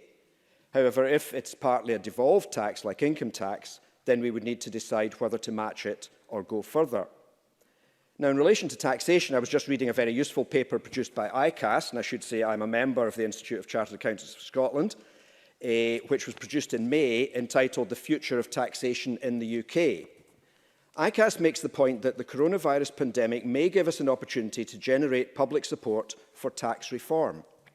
There is strong public support clearly at the moment for the NHS, so it could be an ideal moment for a public debate about who should pay tax and how much they should contribute. And that leads me to my final main point: how are we as a Parliament going to manage our budgets going forward? In recent years, the aim in our budget process seems to have been to spend as close to our funding limits as possible. This has seemed obvious given the clear needs of our health services, local government, public transport, support for industry, etc., and all parties seem to have agreed on that. The Tories might have had us reduce tax, meaning fewer resources, and Labour wanted higher taxes and more resources, but both, and all of us in fact, I think wanted to spend all of these resources. And if there was a few hundred million left at the end of the year, less than 1% of the budget, there was immediate criticism of poor management, and that should have been spent. So I think we have to look at it going forward as to whether we are going to put aside money as reserves or whether we are going to spend every single penny we have. But in conclusion, by all means, let us use borrowing at both a UK and Scottish level to get us through this crisis and to get the recovery started. But going forward, we need to get our finances onto a more sustainable footing, and taxation has a big part to play in that. Thank you. Contributions, no more than 6 minutes, please. Sarah Boyack to be followed by Stuart McMillan. Thank you, Presiding Officer. Today's debate could not be more timely. Only yesterday, Councillors Stephen McCabe, COSLA's education spokesperson, and Gail McGregor, finance spokesperson, highlighted that once Scottish Government funding is taken into account, they have had to spend an extra £145 million already to deal with the additional cost of the pandemic. We all know that councils have transformed their services and, as we speak, are preparing to reopen schools in August. Now, I had hoped that the joint work between the Scottish Government and our authorities was going to give more certainty about plans for the autumn. But it's really clear that there's still a massive challenge with mixed messaging from the Scottish Government. One day the Deputy First Minister says one thing, the next day the First Minister says another. And John Swinney had implied that we'd see blended learning happening until Christmas, but that was shot down by the First Minister, who says that all school students need face-to-face lessons with teachers. Now, we all know our councils are facing an impossible situation, because after over a decade of underfunding, they have been working hard to implement the Scottish Government's policy guidance on reopening schools, but without any indication of the Scottish Government being committed to funding their plans. And I am worried because the time to get it right is running out, so we need Scottish leadership now. There are major challenges to meet the social distancing requirements in terms of capacity in our schools, where many are already at capacity. Then there's the issue of the additional staff that will be required. It will cost more money if we're to see school students being able to get back to school to the scale that will enable parents to get back to work, which is something parents are all beginning to think about now.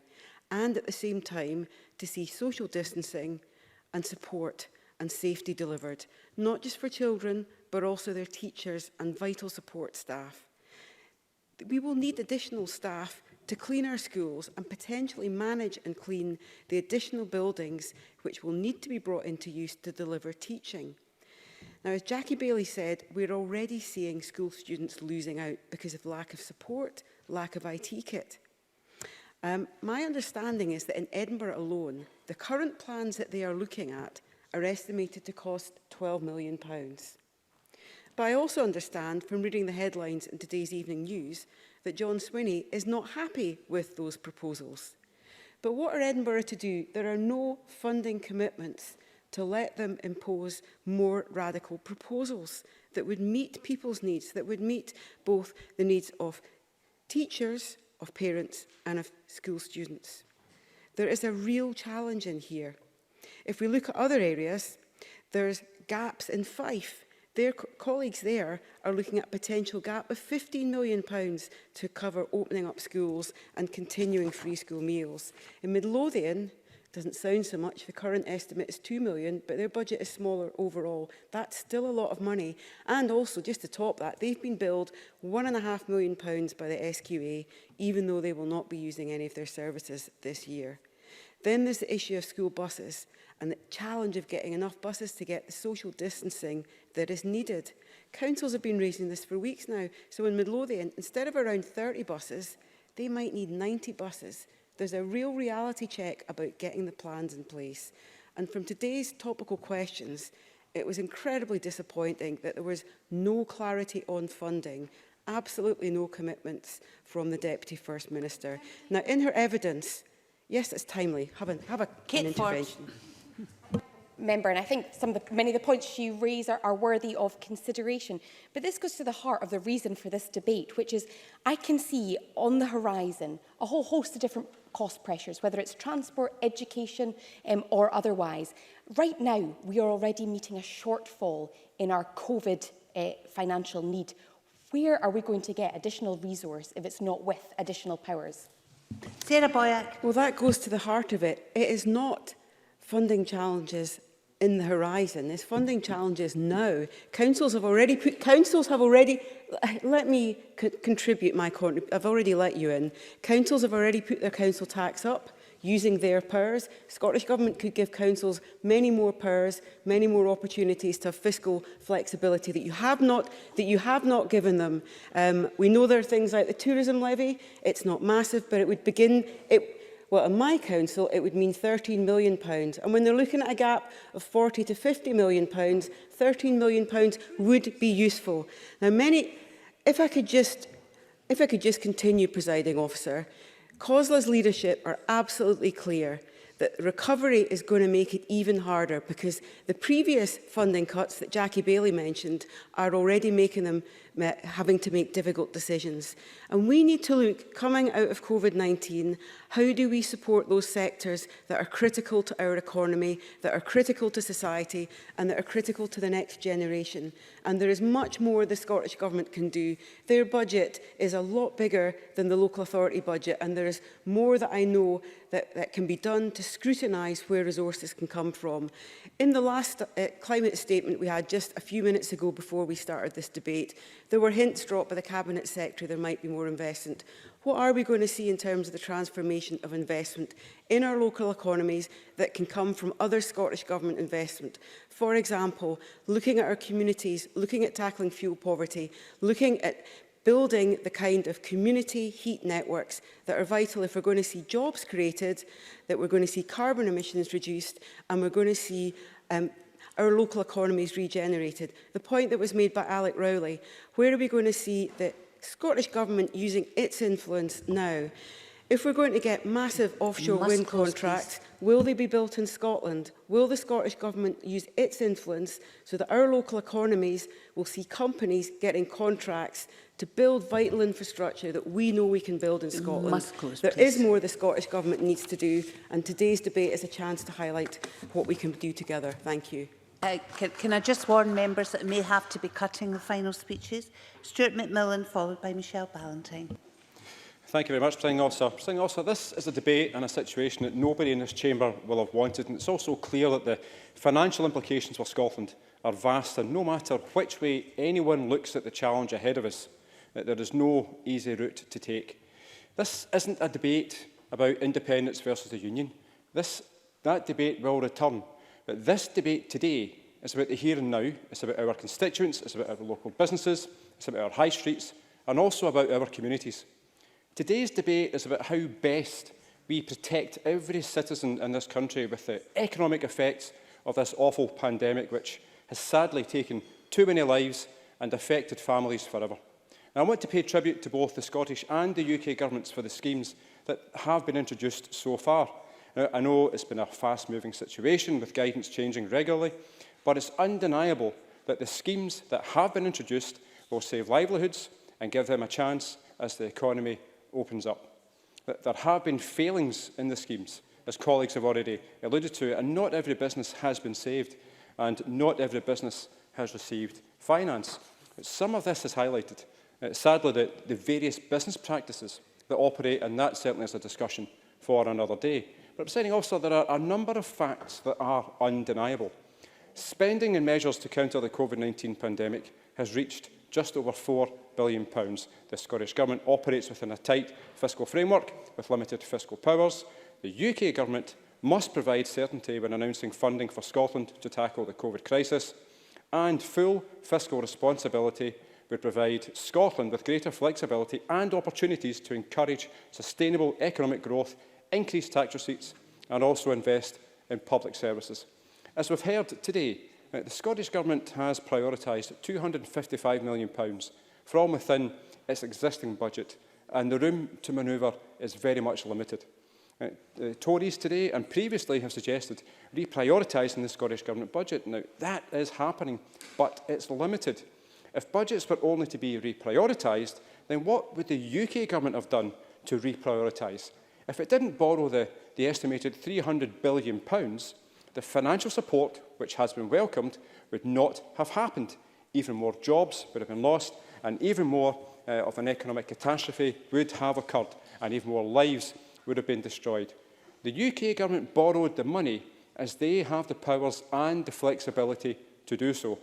MSPs need to remember that we will be paying our share of the borrowing costs. So it's not a handout or charity from London. It's our money, and it will be our share of the debt. The UK Government needs to both provide the powers, but also provide absolute certainty when making financial announcements. The announcement from London on the 2nd of May that the Scottish Government were to receive £60 million in Barnett consequentials was welcomed, and the Scottish Government did the right thing by allocating that resource, only to then be told that their money will not be coming to Scotland. Also in April, the £35 million of consequentials was then reduced to £25 million by the Treasury. There was also the example that's been touched upon earlier of the £155 million for local authorities that the opposition continually demanded that the Scottish Government pay out. The Scottish Government hadn't even received the money, but were been told to pay that money out. So, Presiding Officer, if the UK Government want to help, but they don't want to allocate any other financial resources that they've borrowed, then they must provide this Parliament with the powers to aid our constituents. The fiscal framework has been spoken about already, and the political points have certainly been made. But this also highlights that the fiscal framework needs to be examined. This fiscal framework would not have been designed for a pandemic such as COVID. This shouldn't be a surprise to the Tories in the Chamber, and also certainly, sadly, ties in with the catastrophe that's going to be Brexit, which will have a hugely negative economic effect upon Scotland, whether we leave with or without a deal. 2 weeks ago in the Culture, Tourism, Europe and External Affairs Committee, The former Permanent Secretary at the Department for Exiting the European Union, Philip Rycroft, gave evidence. I asked him about the economic modelling after Brexit undertaken by the UK Government, which was published in November 2018. He said, and I quote, "I have made the point that the modelling was done by the UK Government, which was published in 2018, was consistent with a lot of the modelling that was done by other groups of economists. I stand by that." He continued, "What the modelling did not accommodate at all, because of course it could not have done, was the impact of the coronavirus on macroeconomic conditions, around which I absolutely accept that there are huge uncertainties." Presiding Officer, so if the Brexit economic modelling wasn't fit to deal with a pandemic, according to the former Permanent Secretary, then how can the fiscal framework be fit for purpose? It cannot. The financial purpose of this Parliament need to be amended to ensure even more citizens can both be protected, in addition to giving our economy a fighting chance as we move forward. And if the Tories don't want to consider that the fiscal framework needs to be amended, if they think the fiscal framework was fine, then they need to tell this chamber and Scotland what budgets should be reprioritised, and also from where that money should come from. And also, do they want money to come from feeding our children to go into business? Do they want money to come from the health service to go into education? Or would they actually remove the recently announced £62 million for the Energy Transition Fund for the North East to give it to something else? The Tories need to tell Scotland what they would do. Thank you very much. Michelle Ballantyne, followed by Tom Arthur. Thank you, Presiding Officer. No one doubts that the economic consequences of COVID-19 are going to take years to recover from. And equally, there is a recognition across this chamber that the UK Government and the Scottish Government have stepped up and responded financially in a manner not witnessed before. Billions of pounds has flowed to Scotland under the Fiscal Framework to support individuals and businesses at this critical time. £3.7 billion is now expected to come directly to the Scottish Government through Barnett consequentials. And although the Cabinet Secretary is correct that initial announcements are estimates, so far throughout this crisis, those figures have been revised upwards, not downwards. I have heard the Cabinet Secretary repeatedly call for borrowing powers and a change to the fiscal framework since the start of her tenure, not since the start of COVID. But I am still waiting for an answer, and I did ask this question last week, as to whether the Cabinet Secretary is suggesting that she wishes to keep all the current benefits and the consequentials that exist and add more borrowing powers on top of that. And the contribution we've just heard pointed out that we all have to pay this bill. All taxpayers will have to pay this bill. Just let me finish this point. If we are adding more borrowing powers, then Scottish taxpayers will have to pay more towards the bill. That won't help, that will hinder. I'll take your intervention. Kate Forbes. I thank the member for the question. There's two answers. First of all, in terms of the borrowing powers, some have alluded to the fact already we have borrowing powers. We've got borrowing powers for the wrong reasons. Borrowing powers for cash management. I don't need to manage cash.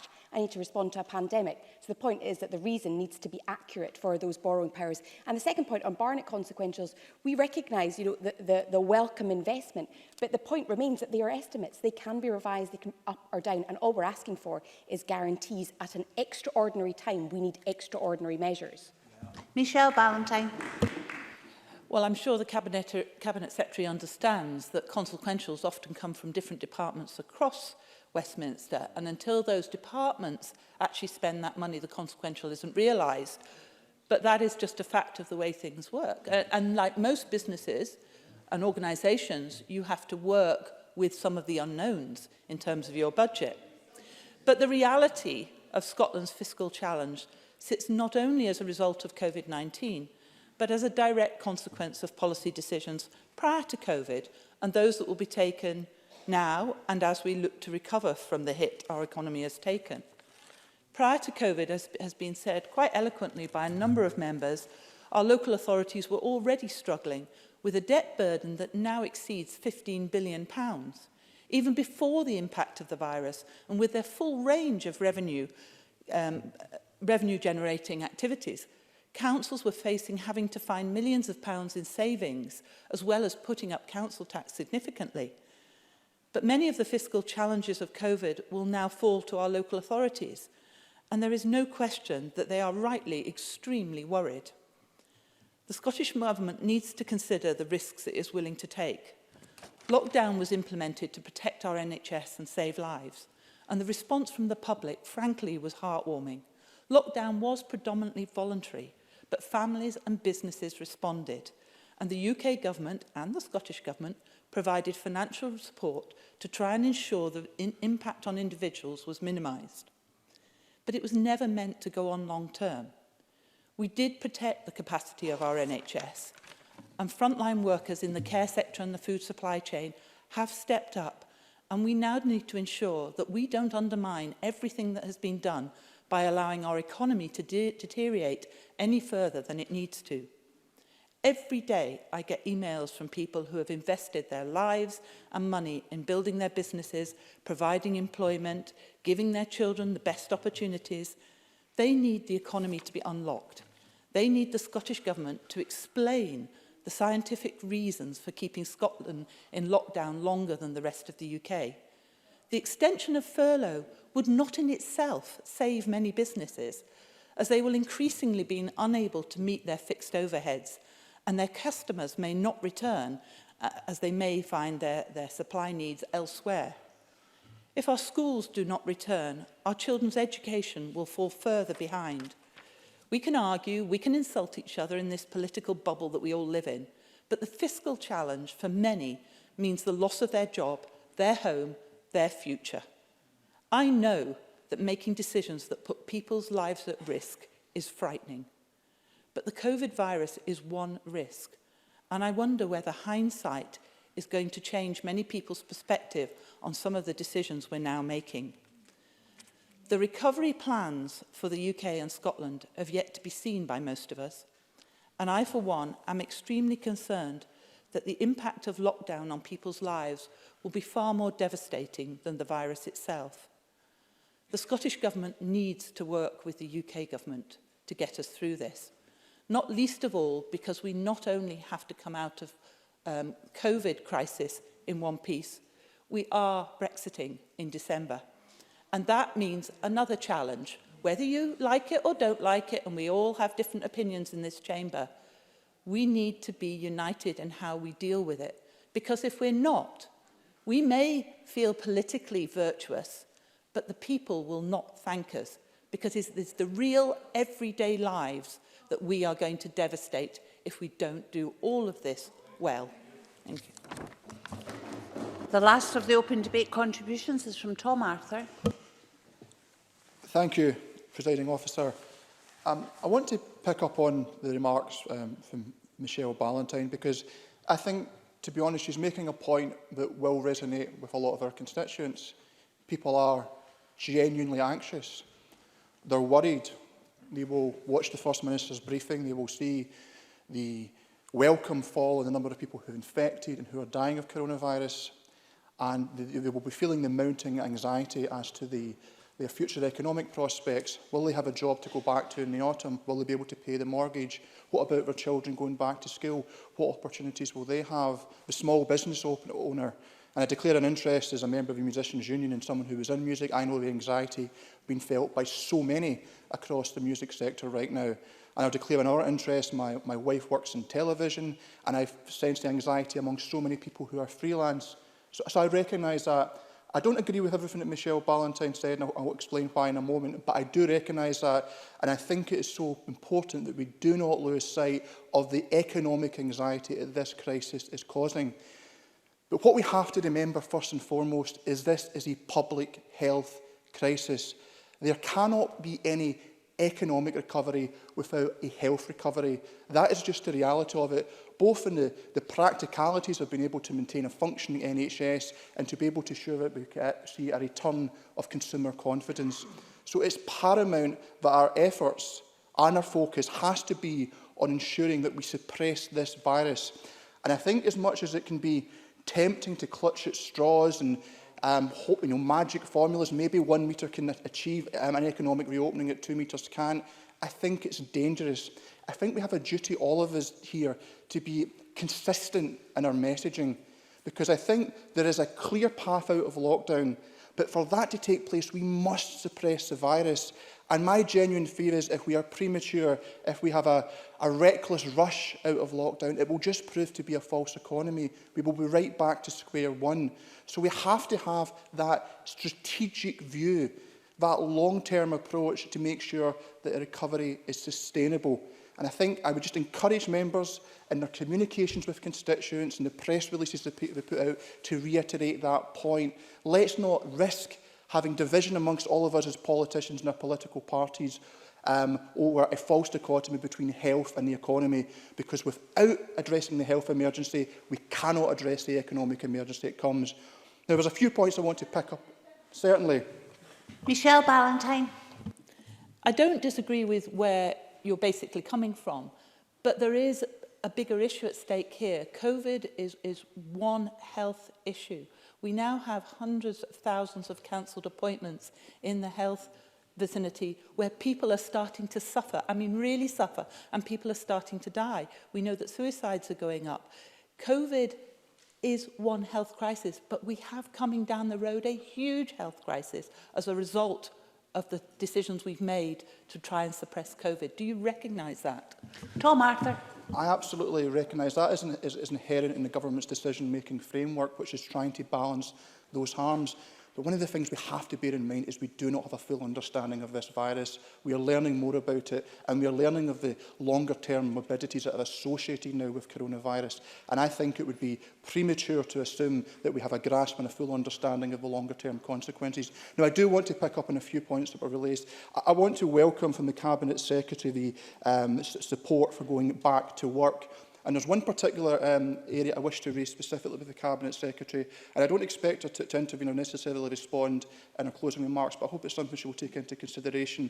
Last week we marked Carers Week, very differently from how we normally mark Carers Week. It was all about making carers visible. Now, a scheme I've been seeking to champion and promote in this chamber for the last few years now is a carer positive scheme. The necessary acceleration of the adoption of home working and digital platforms and remote working procedures has been challenging for some, but it's also created new opportunities. And I think clearly there will be reflections about presenteeism, the need for office space when we do return to some normality. But these platforms have given an opportunity for carers to get a better work-life balance. And we know carers have been, to some extent, the unsung heroes throughout this pandemic. And I would ask Cabinet Secretary, when we consider funding and support for businesses to transition, we make sure we provide funding and support for businesses who require it to ensure that these technological gains that we have through digitisation that we've accrued over the course of this crisis, we can apply that to supporting working carers to give them the confidence that they can remain in employment and work from home and work at the office. So I think there's an opportunity to enhance the carer positive scheme through this, and I ask the Cabinet Secretary to reflect on that. The other area I have to stress as well is the need for support for the music sector. I know I'm like a broken record on this matter, and I come to the chamber constantly, but it is so important. The ecosystem is fragile, and there has to be support. Now, I appreciate the Scottish Government is operating within very tight fiscal constraints, and I don't want to get into a constitutional argy-bargy about the fiscal framework. I hope we can find consensus. Now, Donald Cameron said that the UK was Scotland's insurance policy. The reality is the Bank of England has been the UK's insurance policy throughout this printing money. I think we need to be realistic about the level of debt that's been accrued, but I think we also have to be realistic about how it's paid back. We cannot have an austerity 2.0. That just has to be out of the question. We have to find consensus in that. The debt that has been accrued over the past 13 weeks, this has to be treated in the way debt's treated after a war and paid over a long duration. Because the danger is, if we do not address the recovery in a way that's equitable and fair and sustainable, we risk what has become a health crisis becoming an economic crisis, becoming a political crisis. And there I will conclude, Presiding Officer. Now move to the closing speeches, and I call Willie Rennie for a tight 6 minutes, please. It took to the end of this debate to have quite a fascinating mini-debate between Tom Arthur and Michelle Ballantyne. I think actually it was quite mature and respectful towards each other for what I thought were really important points put by both. I mean, Michelle Ballantyne was right about moving faster and easing because of the other harms that exist as a result of the lockdown. But I think Michelle Ballantyne, failed to recognise three important factors that I think should lead us to take a more cautious approach. that customers cannot be forced into the shops. They need to feel safe. And if they need to feel safe, that will build consumer confidence and that will improve the economy. So we need to deal with the health crisis, and that's where Tom Arthur was right. We cannot force people back to work for exactly the same reasons. They need to feel safe there too.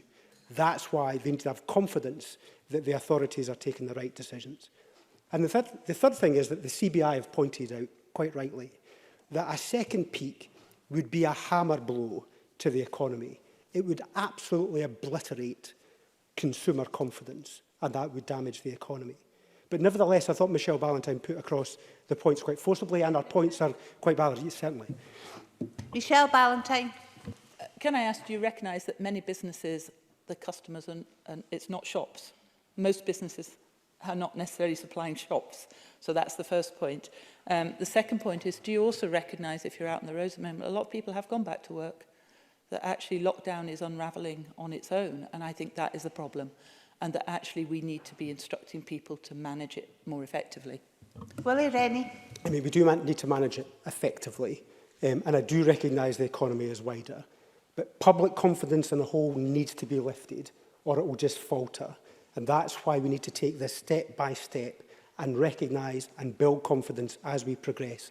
And I think that would be the right approach to take. But nevertheless, I think there were valid points certainly to make. A feature of economy and finance debates for some years in this Parliament has been the contributions of John Mason. Always frank, often uncomfortable sometimes for his colleagues on the benches, but today particularly honest about his current frugal lifestyle and his membership of ICAS.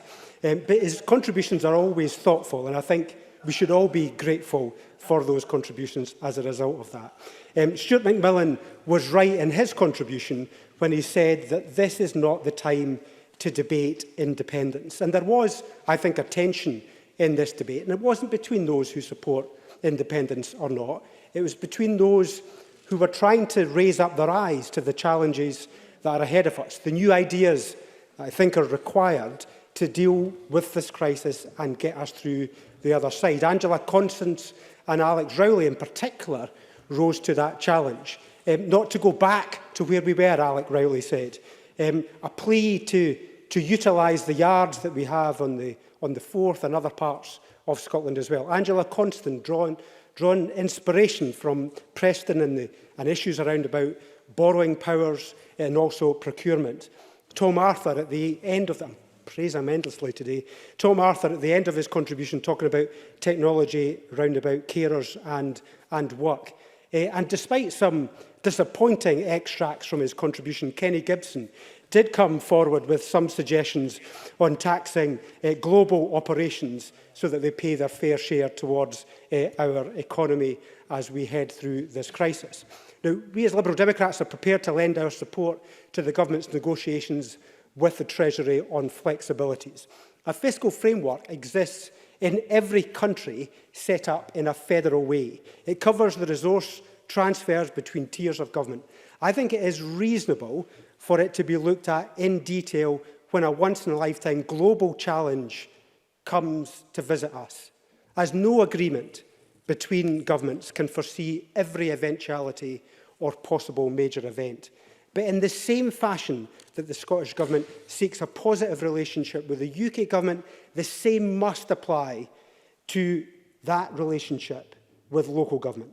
I understand the technical explanation from the Finance Secretary about the cheques that were sought from councils before the allocation of £155 million.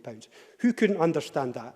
But I do hope she understands how irritated and angry council leaders were with the pause that brought uncertainty and doubt as to whether the Scottish Government could really be relied on to stand by them when they needed the help. Like everyone else, I think they did what they required. I was immensely impressed, particularly in Fife, by the real approach by the officers to make things work, to get the money out the door to the businesses that needed support. They took decisions at that point because they knew they had, or they thought they had, the government behind them. But that hesitation decimated that trust in the government. And I hope the Finance Secretary understands that. This is not a political point. This is a point about trying to build trust between different tiers of government. And I think an awful lot of political capital was lost at that point. And Sarah Boyack talked about the return to schooling in August, and I thought she made some particularly powerful points. But I was disappointed with John Swinney's comments at the weekend when he said councils had enough money to deal with this challenge ahead of us. He said he listed off the money that's already been spent on business support and money to provide food parcels and other support as well, and then cited childcare too, when that money had already been spent.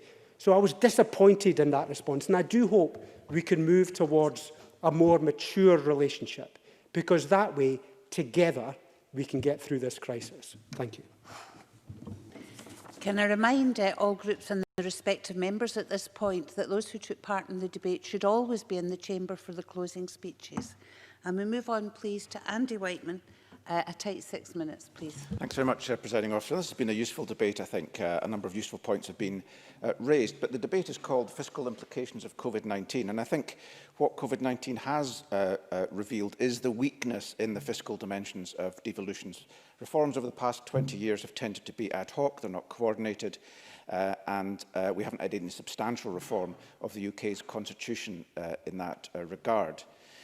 Now, I'm pleased that our budget negotiations in past years have succeeded in securing a commitment to developing a fiscal framework for local government, so that a rules-based system is in place, similar to the UK-Scotland fiscal framework. And we can debate the nature and the structure and operation of any fiscal framework, but it's important that it exists in the first place. So I welcomed, Willie Rennie's observation that the Scottish Government cannot argue for greater flexibility going forward in terms of the fiscal framework, whilst at the same time telling councils that there's no more money. That is not a sustainable position. If we're going to have a new fiscal settlement, it needs to cover local government, Scottish Government and UK government. Now, of course, the fiscal framework, as many have pointed out, I'm afraid I'm very, very pressed for time. I do apologise. The fiscal framework is not designed for handling a pandemic. And we're facing a situation where obviously public revenues are declining due to tax reliefs, payment holidays, reduced income, tax yields, etc., whilst the costs to the state in healthcare, business support, wages, social security, etc., are rising. Debt too is rising, but as Patrick Harvey pointed out, the capacity to repay this debt, the ratio of public sector debt interest to public revenues, is at historic low. Now, of course, that will only be sustainable so long as we have low interest rates and low inflation. Now, earlier this year, this Parliament approved a budget already in circumstances of great uncertainty, a lateness of the UK budget, Brexit and adjustments to forecast revenues. Now to add, COVID-19 does present real challenges, not just in the short term, but I think also in the long term. And for Scotland, of course, tax revenues are forecast are now meaningless. We will have less income tax, less land and buildings transaction tax, less non-domestic rates, and we have more costs as well. Presiding Officer, the UK Government has responded to this by increased borrowing. And it's notable that these are powers not available to Scotland, and not available simply because we do not have a central bank. And I welcome Kate Forbes' reference to remarks made by the former Chancellor Alistair Darling. Now, previous debates on the economy have highlighted the role of the Bank of England in creating new money, so-called quantitative easing. And in fact, since 2009, £445 billion has been magicked out of thin air. Now, Patrick Harvey was right to criticise the credit card analogy of Donald Cameron. I have a credit card, but I can't print any money. I'm not a central bank. I can't issue bonds. But quantitative easing has, according to the Bank of England's own analysis, enriched the richest 10% of the population by more than all the other 9 deciles put together. And the Bank of England's £200 billion of quantitative easing to respond to COVID-19 will increase this inequality. Now, obviously, it provides flexibility to the UK government as the interest due on this debt is now no longer due to private sector, but to a central bank that it owns. And I think there's 2 consequences of this, 2 issues, arguments arise. First of all, as I argued recently in an economy debate, the Scottish Government should have access to this share of the magic money tree, some £20 billion, to be allocated according to principles designed by the Scottish Government, not necessarily just buying gilts in the private market, but more fundamentally, in buying gilts from the private sector, is not the best way of stimulating the economy because of the inequality, and there is a sound argument made by many economists for directing much of this £3,000 per head direct to households. If it were all allocated directly to households, someone earning £100,000 would receive a 3% of their gross income. Someone earning an average of £24,000 would receive a 12.5 boost to their income. Now, this is an example of what the Chancellor Rishi Sunak argued recently needs to be, and I quote, time to be bold and a time for courage. I just want to briefly turn to some of the contributions from members. I thought Jackie Baillie was correct in arguing for an extension to the job retention scheme beyond October, and also on the point of a time to pay debts. I thought that was very telling as well. Willie Rennie was right to raise the question of local government, as others did. But in arguing that the government's motion didn't include UK interventions, as if there were some kind of external subvention, I think is a little bit misplaced. They're financed by debt, but this debt will be repaid by Scottish payers, just as it will be paid by taxpayers from other parts of the UK. It's not aid in any way. And I think Maurice Golden was guilty of failing to recognise this fact and failing to answer Kate Forbes' legitimate challenge about where the money was coming from, because we will be paying this just as much as all other taxpayers in the UK. Angela Constance raised a very important point about the steps that be taken as highlighted in the Commonwealth's Economic Resilience Report, which I was very impressed with. John Mason talked about tax reform, and I agree the poorest 20% still pay more as a percentage of their income in tax than the richest 20%, and we need a shift from flat taxes like VAT to progressive taxes like income, but more importantly, we need a shift from taxes on earned incomes to taxes on accumulated wealth and assets, because there's clear evidence from studies done by the IPPR and others that those who own assets, landlords, shareholders and others, have seen their income substantially protected, whilst those depending on earnings and high fixed costs in housing, etc., have got much worse. Presiding Officer, members have extolled the virtues of the UK government, which, yes, has provided significant short-term stability, but the real question is, what are we going to do in the future? And I think that poses real challenges to all of us if devolution indeed is to be sustainable. Thank you very much, Presiding Officer. Now call Rhoda Grant for absolutely no more than 6 minutes, please. Thank you, Presiding Officer. And I feared as this debate started that it was going to be an argument about which government had done more. But actually there were very many thoughtful contributions, and I'm glad of that. Because the truth is, we're not through the pandemic. And the required response that we are making now will need to be continued into the future. We'll need a lot more intervention to recover from what we've been through. And both governments need to continue to intervene. And Alec Riley pointed out that the economy had been in a bad place before the pandemic, and that makes it even worse, recovering from it. But we must always remember that this is about people, it's about their future. And sometimes it's about their very survival, and we represent them here, and we must do that while we frame the way forward. Much of the debate was about the fiscal framework, and I think it's very clear that it's not fit for purpose. It was never fit for purpose, and I don't understand why the Scottish Government signed up to it in the first place, and it needs to be changed at the time of the review. Even Donald Cameron talked about the £1 billion black hole, and that happened before COVID-19. So we need to look at flexibility now, and Jackie Baillie suggested that one form of flexibility could be more time to pay back that £1 billion, but I fear we may need more than that as well, because borrowing and reserves are not enough, I don't think, to meet the level of intervention that our communities need. And that flexibility can only be gained by goodwill from both of our governments. They need to negotiate that and find a way forward, and we, in our amendment, urge them to do so. Alec Riley and Sarah Boyack talked about the government's role in the economy, about what they could do, about renewable jobs, which are going elsewhere while our yards sit empty, about community heat networks, and indeed all the work that we could be doing, retrofitting, for example, to meet our climate change obligations. We want a job guarantee scheme that pays people, and those people could be paid to do that work that is desperately needed. We need an industrial strategy to manage the kind of economy we want. And Bruce Crawford was quite right, pointing out that we have a disproportional dependence on things like tourism. We must be clear that that doesn't happen going forward. The best way of getting revenues to pay for our response is to make sure that people are working and that people are paying taxes.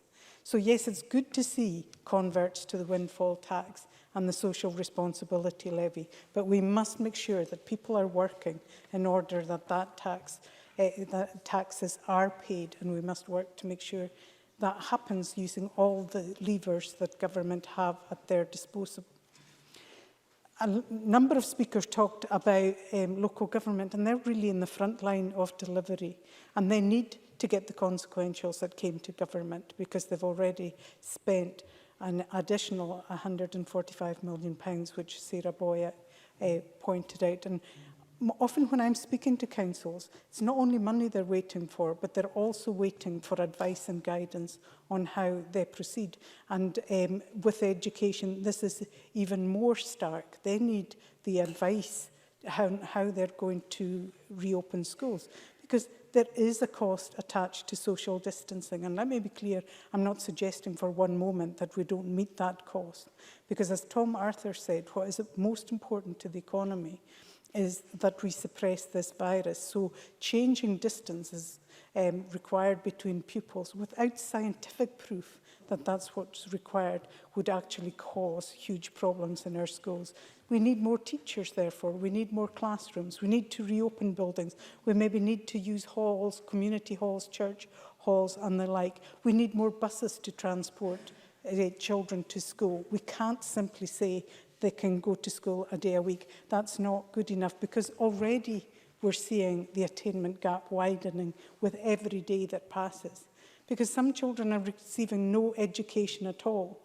They're from families who can't afford iPads. They can't afford broadband to give their children access, even if they had iPads to access education.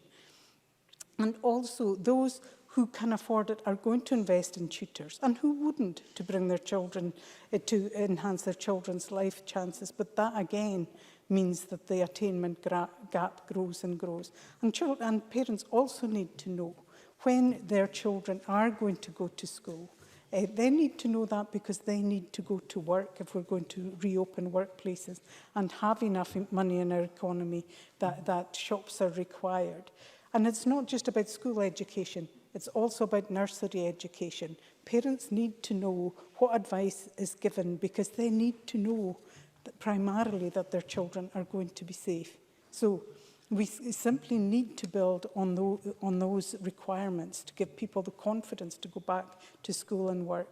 And we simply can't go back either to the economic norms of austerity. And if this pandemic has shown us one thing, it has shown us this, that austerity was a political choice, and one that must never be revisited. Our economy can't be rebuilt on the low pay of our key workers, people that we must reward not just with esteem, but also financially. And we must invest in our future, and in doing so create a country worthy of their efforts, because they bore the brunt of this pandemic. Call Alexander Burnett for 6 minutes, please. Thank you, Deputy Presiding Officer, and I note members to my register of interests. Firstly, I'd like to join my colleagues and members across the Chamber who have welcomed the additional funding made available to date by the UK Government. And I know that I am not alone when I say that for the past 3 months have consisted of thousands of emails from constituents detailing their desperation for support to feed their families, to pay their mortgages or their energy bills, or the many businesses, small and large, who wanted to do all they could to avoid making staff redundant and ensuring they would have a livelihood at the end of this. As my colleague Donald Cameron has said, due to the support from the UK Government, we have had over £10 billion in extra spending to save livelihoods and bolster public services. And this has meant we've seen the protection of 800,000 Scottish jobs, thanks to their unprecedented economic interventions. But it's disappointing that in a return to form, the SNP government have started to play party politics once again. And to be honest, I find it rather bold of them, with such brazen hypocrisy, to call on central government for more funding, while simultaneously rejecting the same request to them from local government. Because, as my colleague Graham Simpson mentioned, the SNP are forcing local authorities across Scotland to raid their reserves in order to support their communities through this crisis. Yeah, certainly. Kate Forbes. Could the member please advise the Chamber where the Scottish Government can get additional resources in order to fund any additional asks that he makes? I'm specifically talking about revenue. Alexander Burnett. I think there are plenty of projects which have not been able to go ahead for a number of reasons, and there are plenty of powers. If that is the case, then why is it then that COSLA have become so fed up with the SNP that it is now seeking support directly from the UK government? But it's not just our councils that the SNP are letting down, because right now our high street shops are being failed by this current government. So I'm pleased to say that the Scottish Conservatives are currently calling for support to these businesses. And we're asking the Scottish Government to consider various measures, such as law changes relaxing rules on pavement eating and drinking, temporary scrapping of parking charges to encourage shoppers to come out, and a review of a 2-metre rule in social distancing. And this will not only bolster local businesses, but stop closures and bankruptcies in towns right across the country. Now, I know that the Scottish Government have taken many unprecedented steps in order to assist our constituents during this crisis. However, I cannot help but feel anger that this SNP government did not better prepare for such a situation as this. And yes, we may not have known that a pandemic of this magnitude could occur, but for 12 years, the SNP have not listened to us, whilst we've warned them of draining reserves and not doing enough to boost our economy. And so we entered this crisis with a weakened economy and not enough left for a rainy day. And now it's pouring. And this is echoed by businesses and academics alike. Professor Jim Gallagher at the Finance Committee a fortnight ago said, and I quote, he said, "In the past 10 years, we have done less well in promoting economic growth than the rest of the UK has." And that contrasts with every decade before then, from the 1960s onwards. And he went on noting that at the time of devolution in 1999, Scotland was the third richest region of the United Kingdom. Since about 2008 or so, per capita economic growth in Scotland has consistently underperformed that of the UK. And in the decades before that, it had consistently outperformed that of the UK. His words, not mine. Well, there's only been one constant in that period of poor performance, and that's this SNP government. And nothing strikes fear into business more than Kate Forbes saying that the SNP will use their ingenuity to solve this crisis. So what's the SNP's reaction been to this pandemic? What is this ingenuity? Demands for more borrowing powers and full fiscal autonomy? Except that does not solve the problem, it will only make it worse. For their reckless plans for full fiscal autonomy would slash the Scottish budget and leave more Scots struggling to make ends meet during this economic crisis. As my colleague Maurice Golden noted, the reality is that full fiscal autonomy will lead to cuts, seeing every person in Scotland £2,000 poorer, as we would lose the additional funding from the UK. So in the middle of this crisis, this is the last thing any of our constituents need. So instead of picking constitutional fights or arguing over full fiscal autonomy, the SNP governments need to focus on the task ahead. So sort out Scotland's test and trace system, which is vital to getting our economy moving again, and sort out our education system, which is vital to our children's future. Thank you. Now call... excuse me, please. Thank you very much. Now call Kate Forbes to close this debate. If you take us up to 5:30, please, that's about 6 minutes. Sure, thanks very much, Presiding Officer. This debate matters because we are living through an extremely challenging time. Combating coronavirus required investment and support to the NHS, our frontline workers and our care homes. And the next chapter cannot be dressed up. It will be challenging, but we are determined to get through it. We've debated in the past the choices that we face at this point in our history to build a fairer society, to position our economy for sustainable growth and to embrace the opportunities in the midst of one of the greatest challenges of our time. And many members have made that point, providing ideas as to how we do that. But, Presiding Officer, these are all, in highlighting the many challenges we face, we know that we take our responsibilities seriously. We're committed to using all of our resources, all of our efforts and all of our creativity to invest in communities, to support the economy and to protect public services. And that's why today's £230 million capital stimulus is so important. Investment in high-growth companies, investment in construction projects, in regeneration, in transport and in digitalisation. And that will be just the first phase of our economic response. Larger programmes will follow as we prepare a fuller response to aid long-term recovery from the economic and social harm caused by the pandemic. And that is to restore the very economic confidence that Willie Rennie mentioned, based on managing the health crisis. And as we do so, I will keep listening to the many ideas that have been raised from Angela Constance, Alex Rowley, John Mason and others in how we navigate these choppy waters. But, Presiding Officer, we will be making those decisions and taking those actions with one hand tied behind our backs, unless there is change. And Michelle Ballantyne's speech perhaps made the point better than I will in telling the Chamber that the funding figures aren't guaranteed. The funding figures from the UK Government aren't guaranteed until the end of this financial year. That end is far too long to wait during a crisis. Willie Rennie asked for the type of powers and flexibilities we are seeking, and some of those include protection against negative consequentials. It also includes, Alex Burnett will be interested to hear, the ability to use capital underspend to meet our revenue needs. I'm sure Alex Burnett knows full well the difference between capital and revenue. He perhaps doesn't know that right now we cannot use any capital underspend from those projects to meet the revenue shortfalls. Local government needs revenue. Businesses need revenue. The NHS needs revenue, not capital. And that is one of the flexibilities we need. There are other flexibilities that we have talked about in terms of using our borrowing powers for the reasons that we actually need them, such as responding to a pandemic, greater flexibility to carry over our capital budget from the Scotland Reserve, and the ability to manage reconciliations over a longer period of time. Presiding Officer, I want to address the remarkable argument that's been deployed in the Chamber this afternoon by the Tories, that borrowing is bad at a time when the UK Government is forecast to increase its borrowing by £300 billion.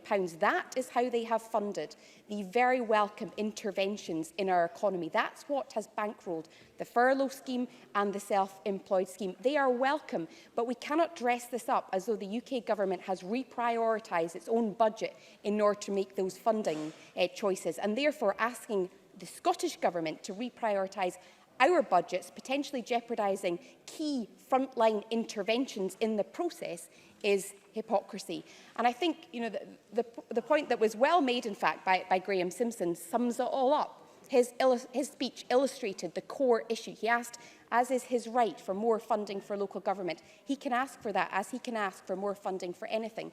But he told me not, I've got 1 minute and 1.5 minutes, but he told me not to raise taxes for it. And that's fair enough. That is his right to make that argument. But perhaps he could tell me what other source of funding we have in order to meet those funding requests, because the only other source that this government has, whether we like it or not, is the UK Government, because we are denied any powers to borrow for a pandemic. So yes, I will work with local government to make the case to the UK Government for additional funding and indeed flexibilities for local government. And I think that point illustrates the core issue that we have been debating today. There have been various points made about the fiscal framework. Some have talked about the fact we should use our full borrowing powers before we go looking for more. I would remind them that we do not have borrowing powers for a pandemic. Jackie Bailey said we were protected by a symmetrical shock, but that we should take responsibility for an asymmetrical shock because of our own political decisions. But as David Phillips of the IFS said at Finance Committee, he said that the higher reliance on hospitality and associated industries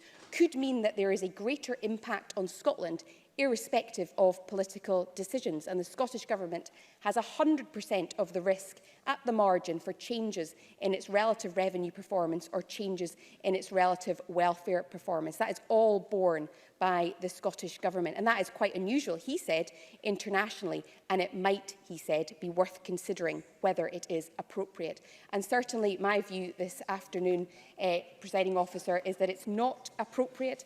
And as we hopefully come to a vote now, I can assure the Parliament that if all parties support the call for greater powers and flexibilities, then I will continue in good faith, with goodwill, to negotiate. It will take both parties to engage, but I am fully committed to making it happen in order to ensure that we're investing in our economy and ultimately rejecting austerity.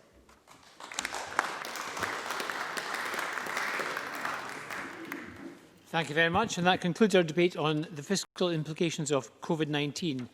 The next item of business is consideration of legislative consent motion 22034 on corporate insolvency and governance bill. Could I call on Jamie Hepburn to move this motion? Moved, President Officer. Thank you very much, Minister.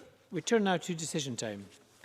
There are 6 questions today. The first question is that Amendment 22033.1 in the name of Donald Cameron, which seeks to amend motion 22033 in the name of Kate Forbes on fiscal implications of COVID-19 be agreed.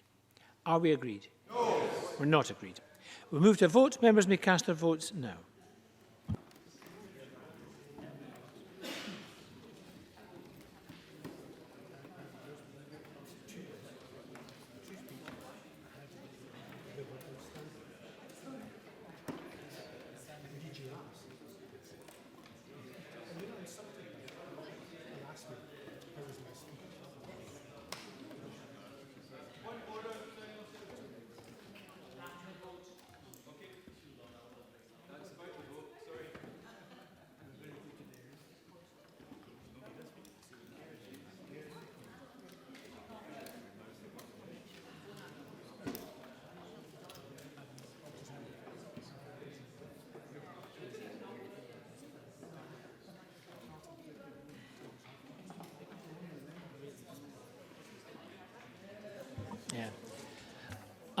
I'll read the result of the vote, then I'll take a point of order from Mr Green. The result of the vote on Amendment 22033.1 in the name of Donald Cameron is yes 18, no 55. There were no abstentions. The amendment is therefore not agreed.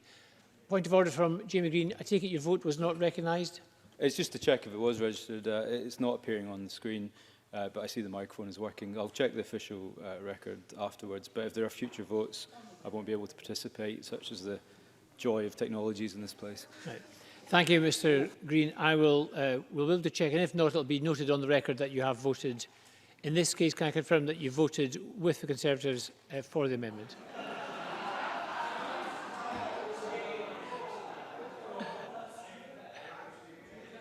Yes. Thank you. That is confirmed. Now, the next question is an amendment in the name of Jackie Bailey. I would remind members that if the amendment is agreed, then the amendment in the name of Willie Rennie will fall. So the question is that Amendment 22033.2 in the name of Jackie Bailey, which seeks to amend the motion in the name of Kate Forbes, be agreed. Are we all agreed? Yes. We're not agreed. We'll move to a vote, and members may cast their votes now.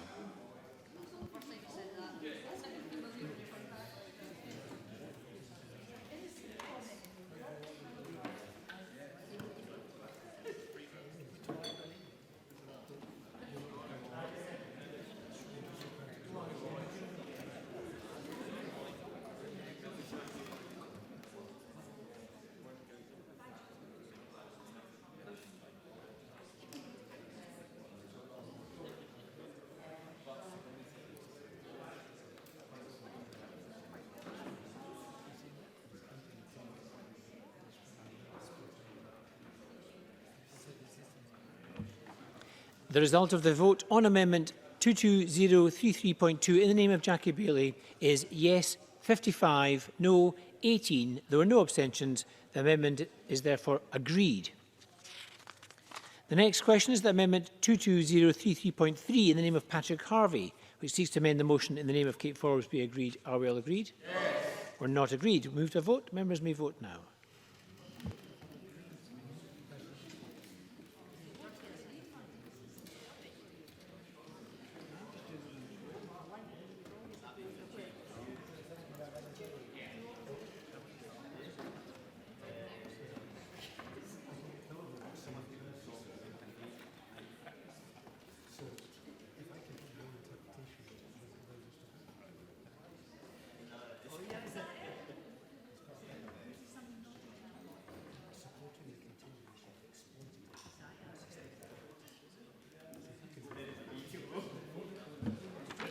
The result of the vote on Amendment 22033.3 in the name of Patrick Harvey is yes 53, no 18. There were no abstentions. The motion is therefore agreed.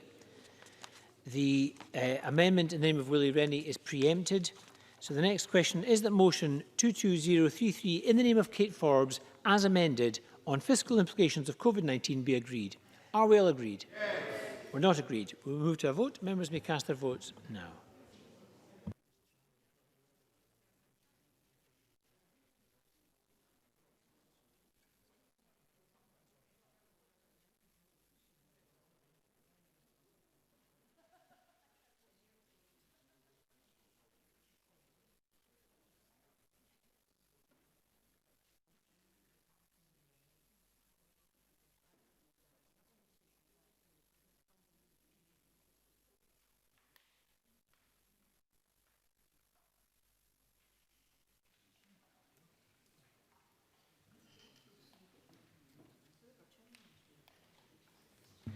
The result of the vote on motion 22033 in the name of Kate Forbes as amended is yes 55, no 18. There were no abstentions. The motion as amended is therefore agreed.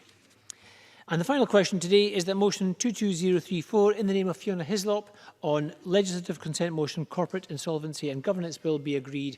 Are we all agreed? Yes. We are agreed, and that concludes decision time. Thank you very much. I close this meeting.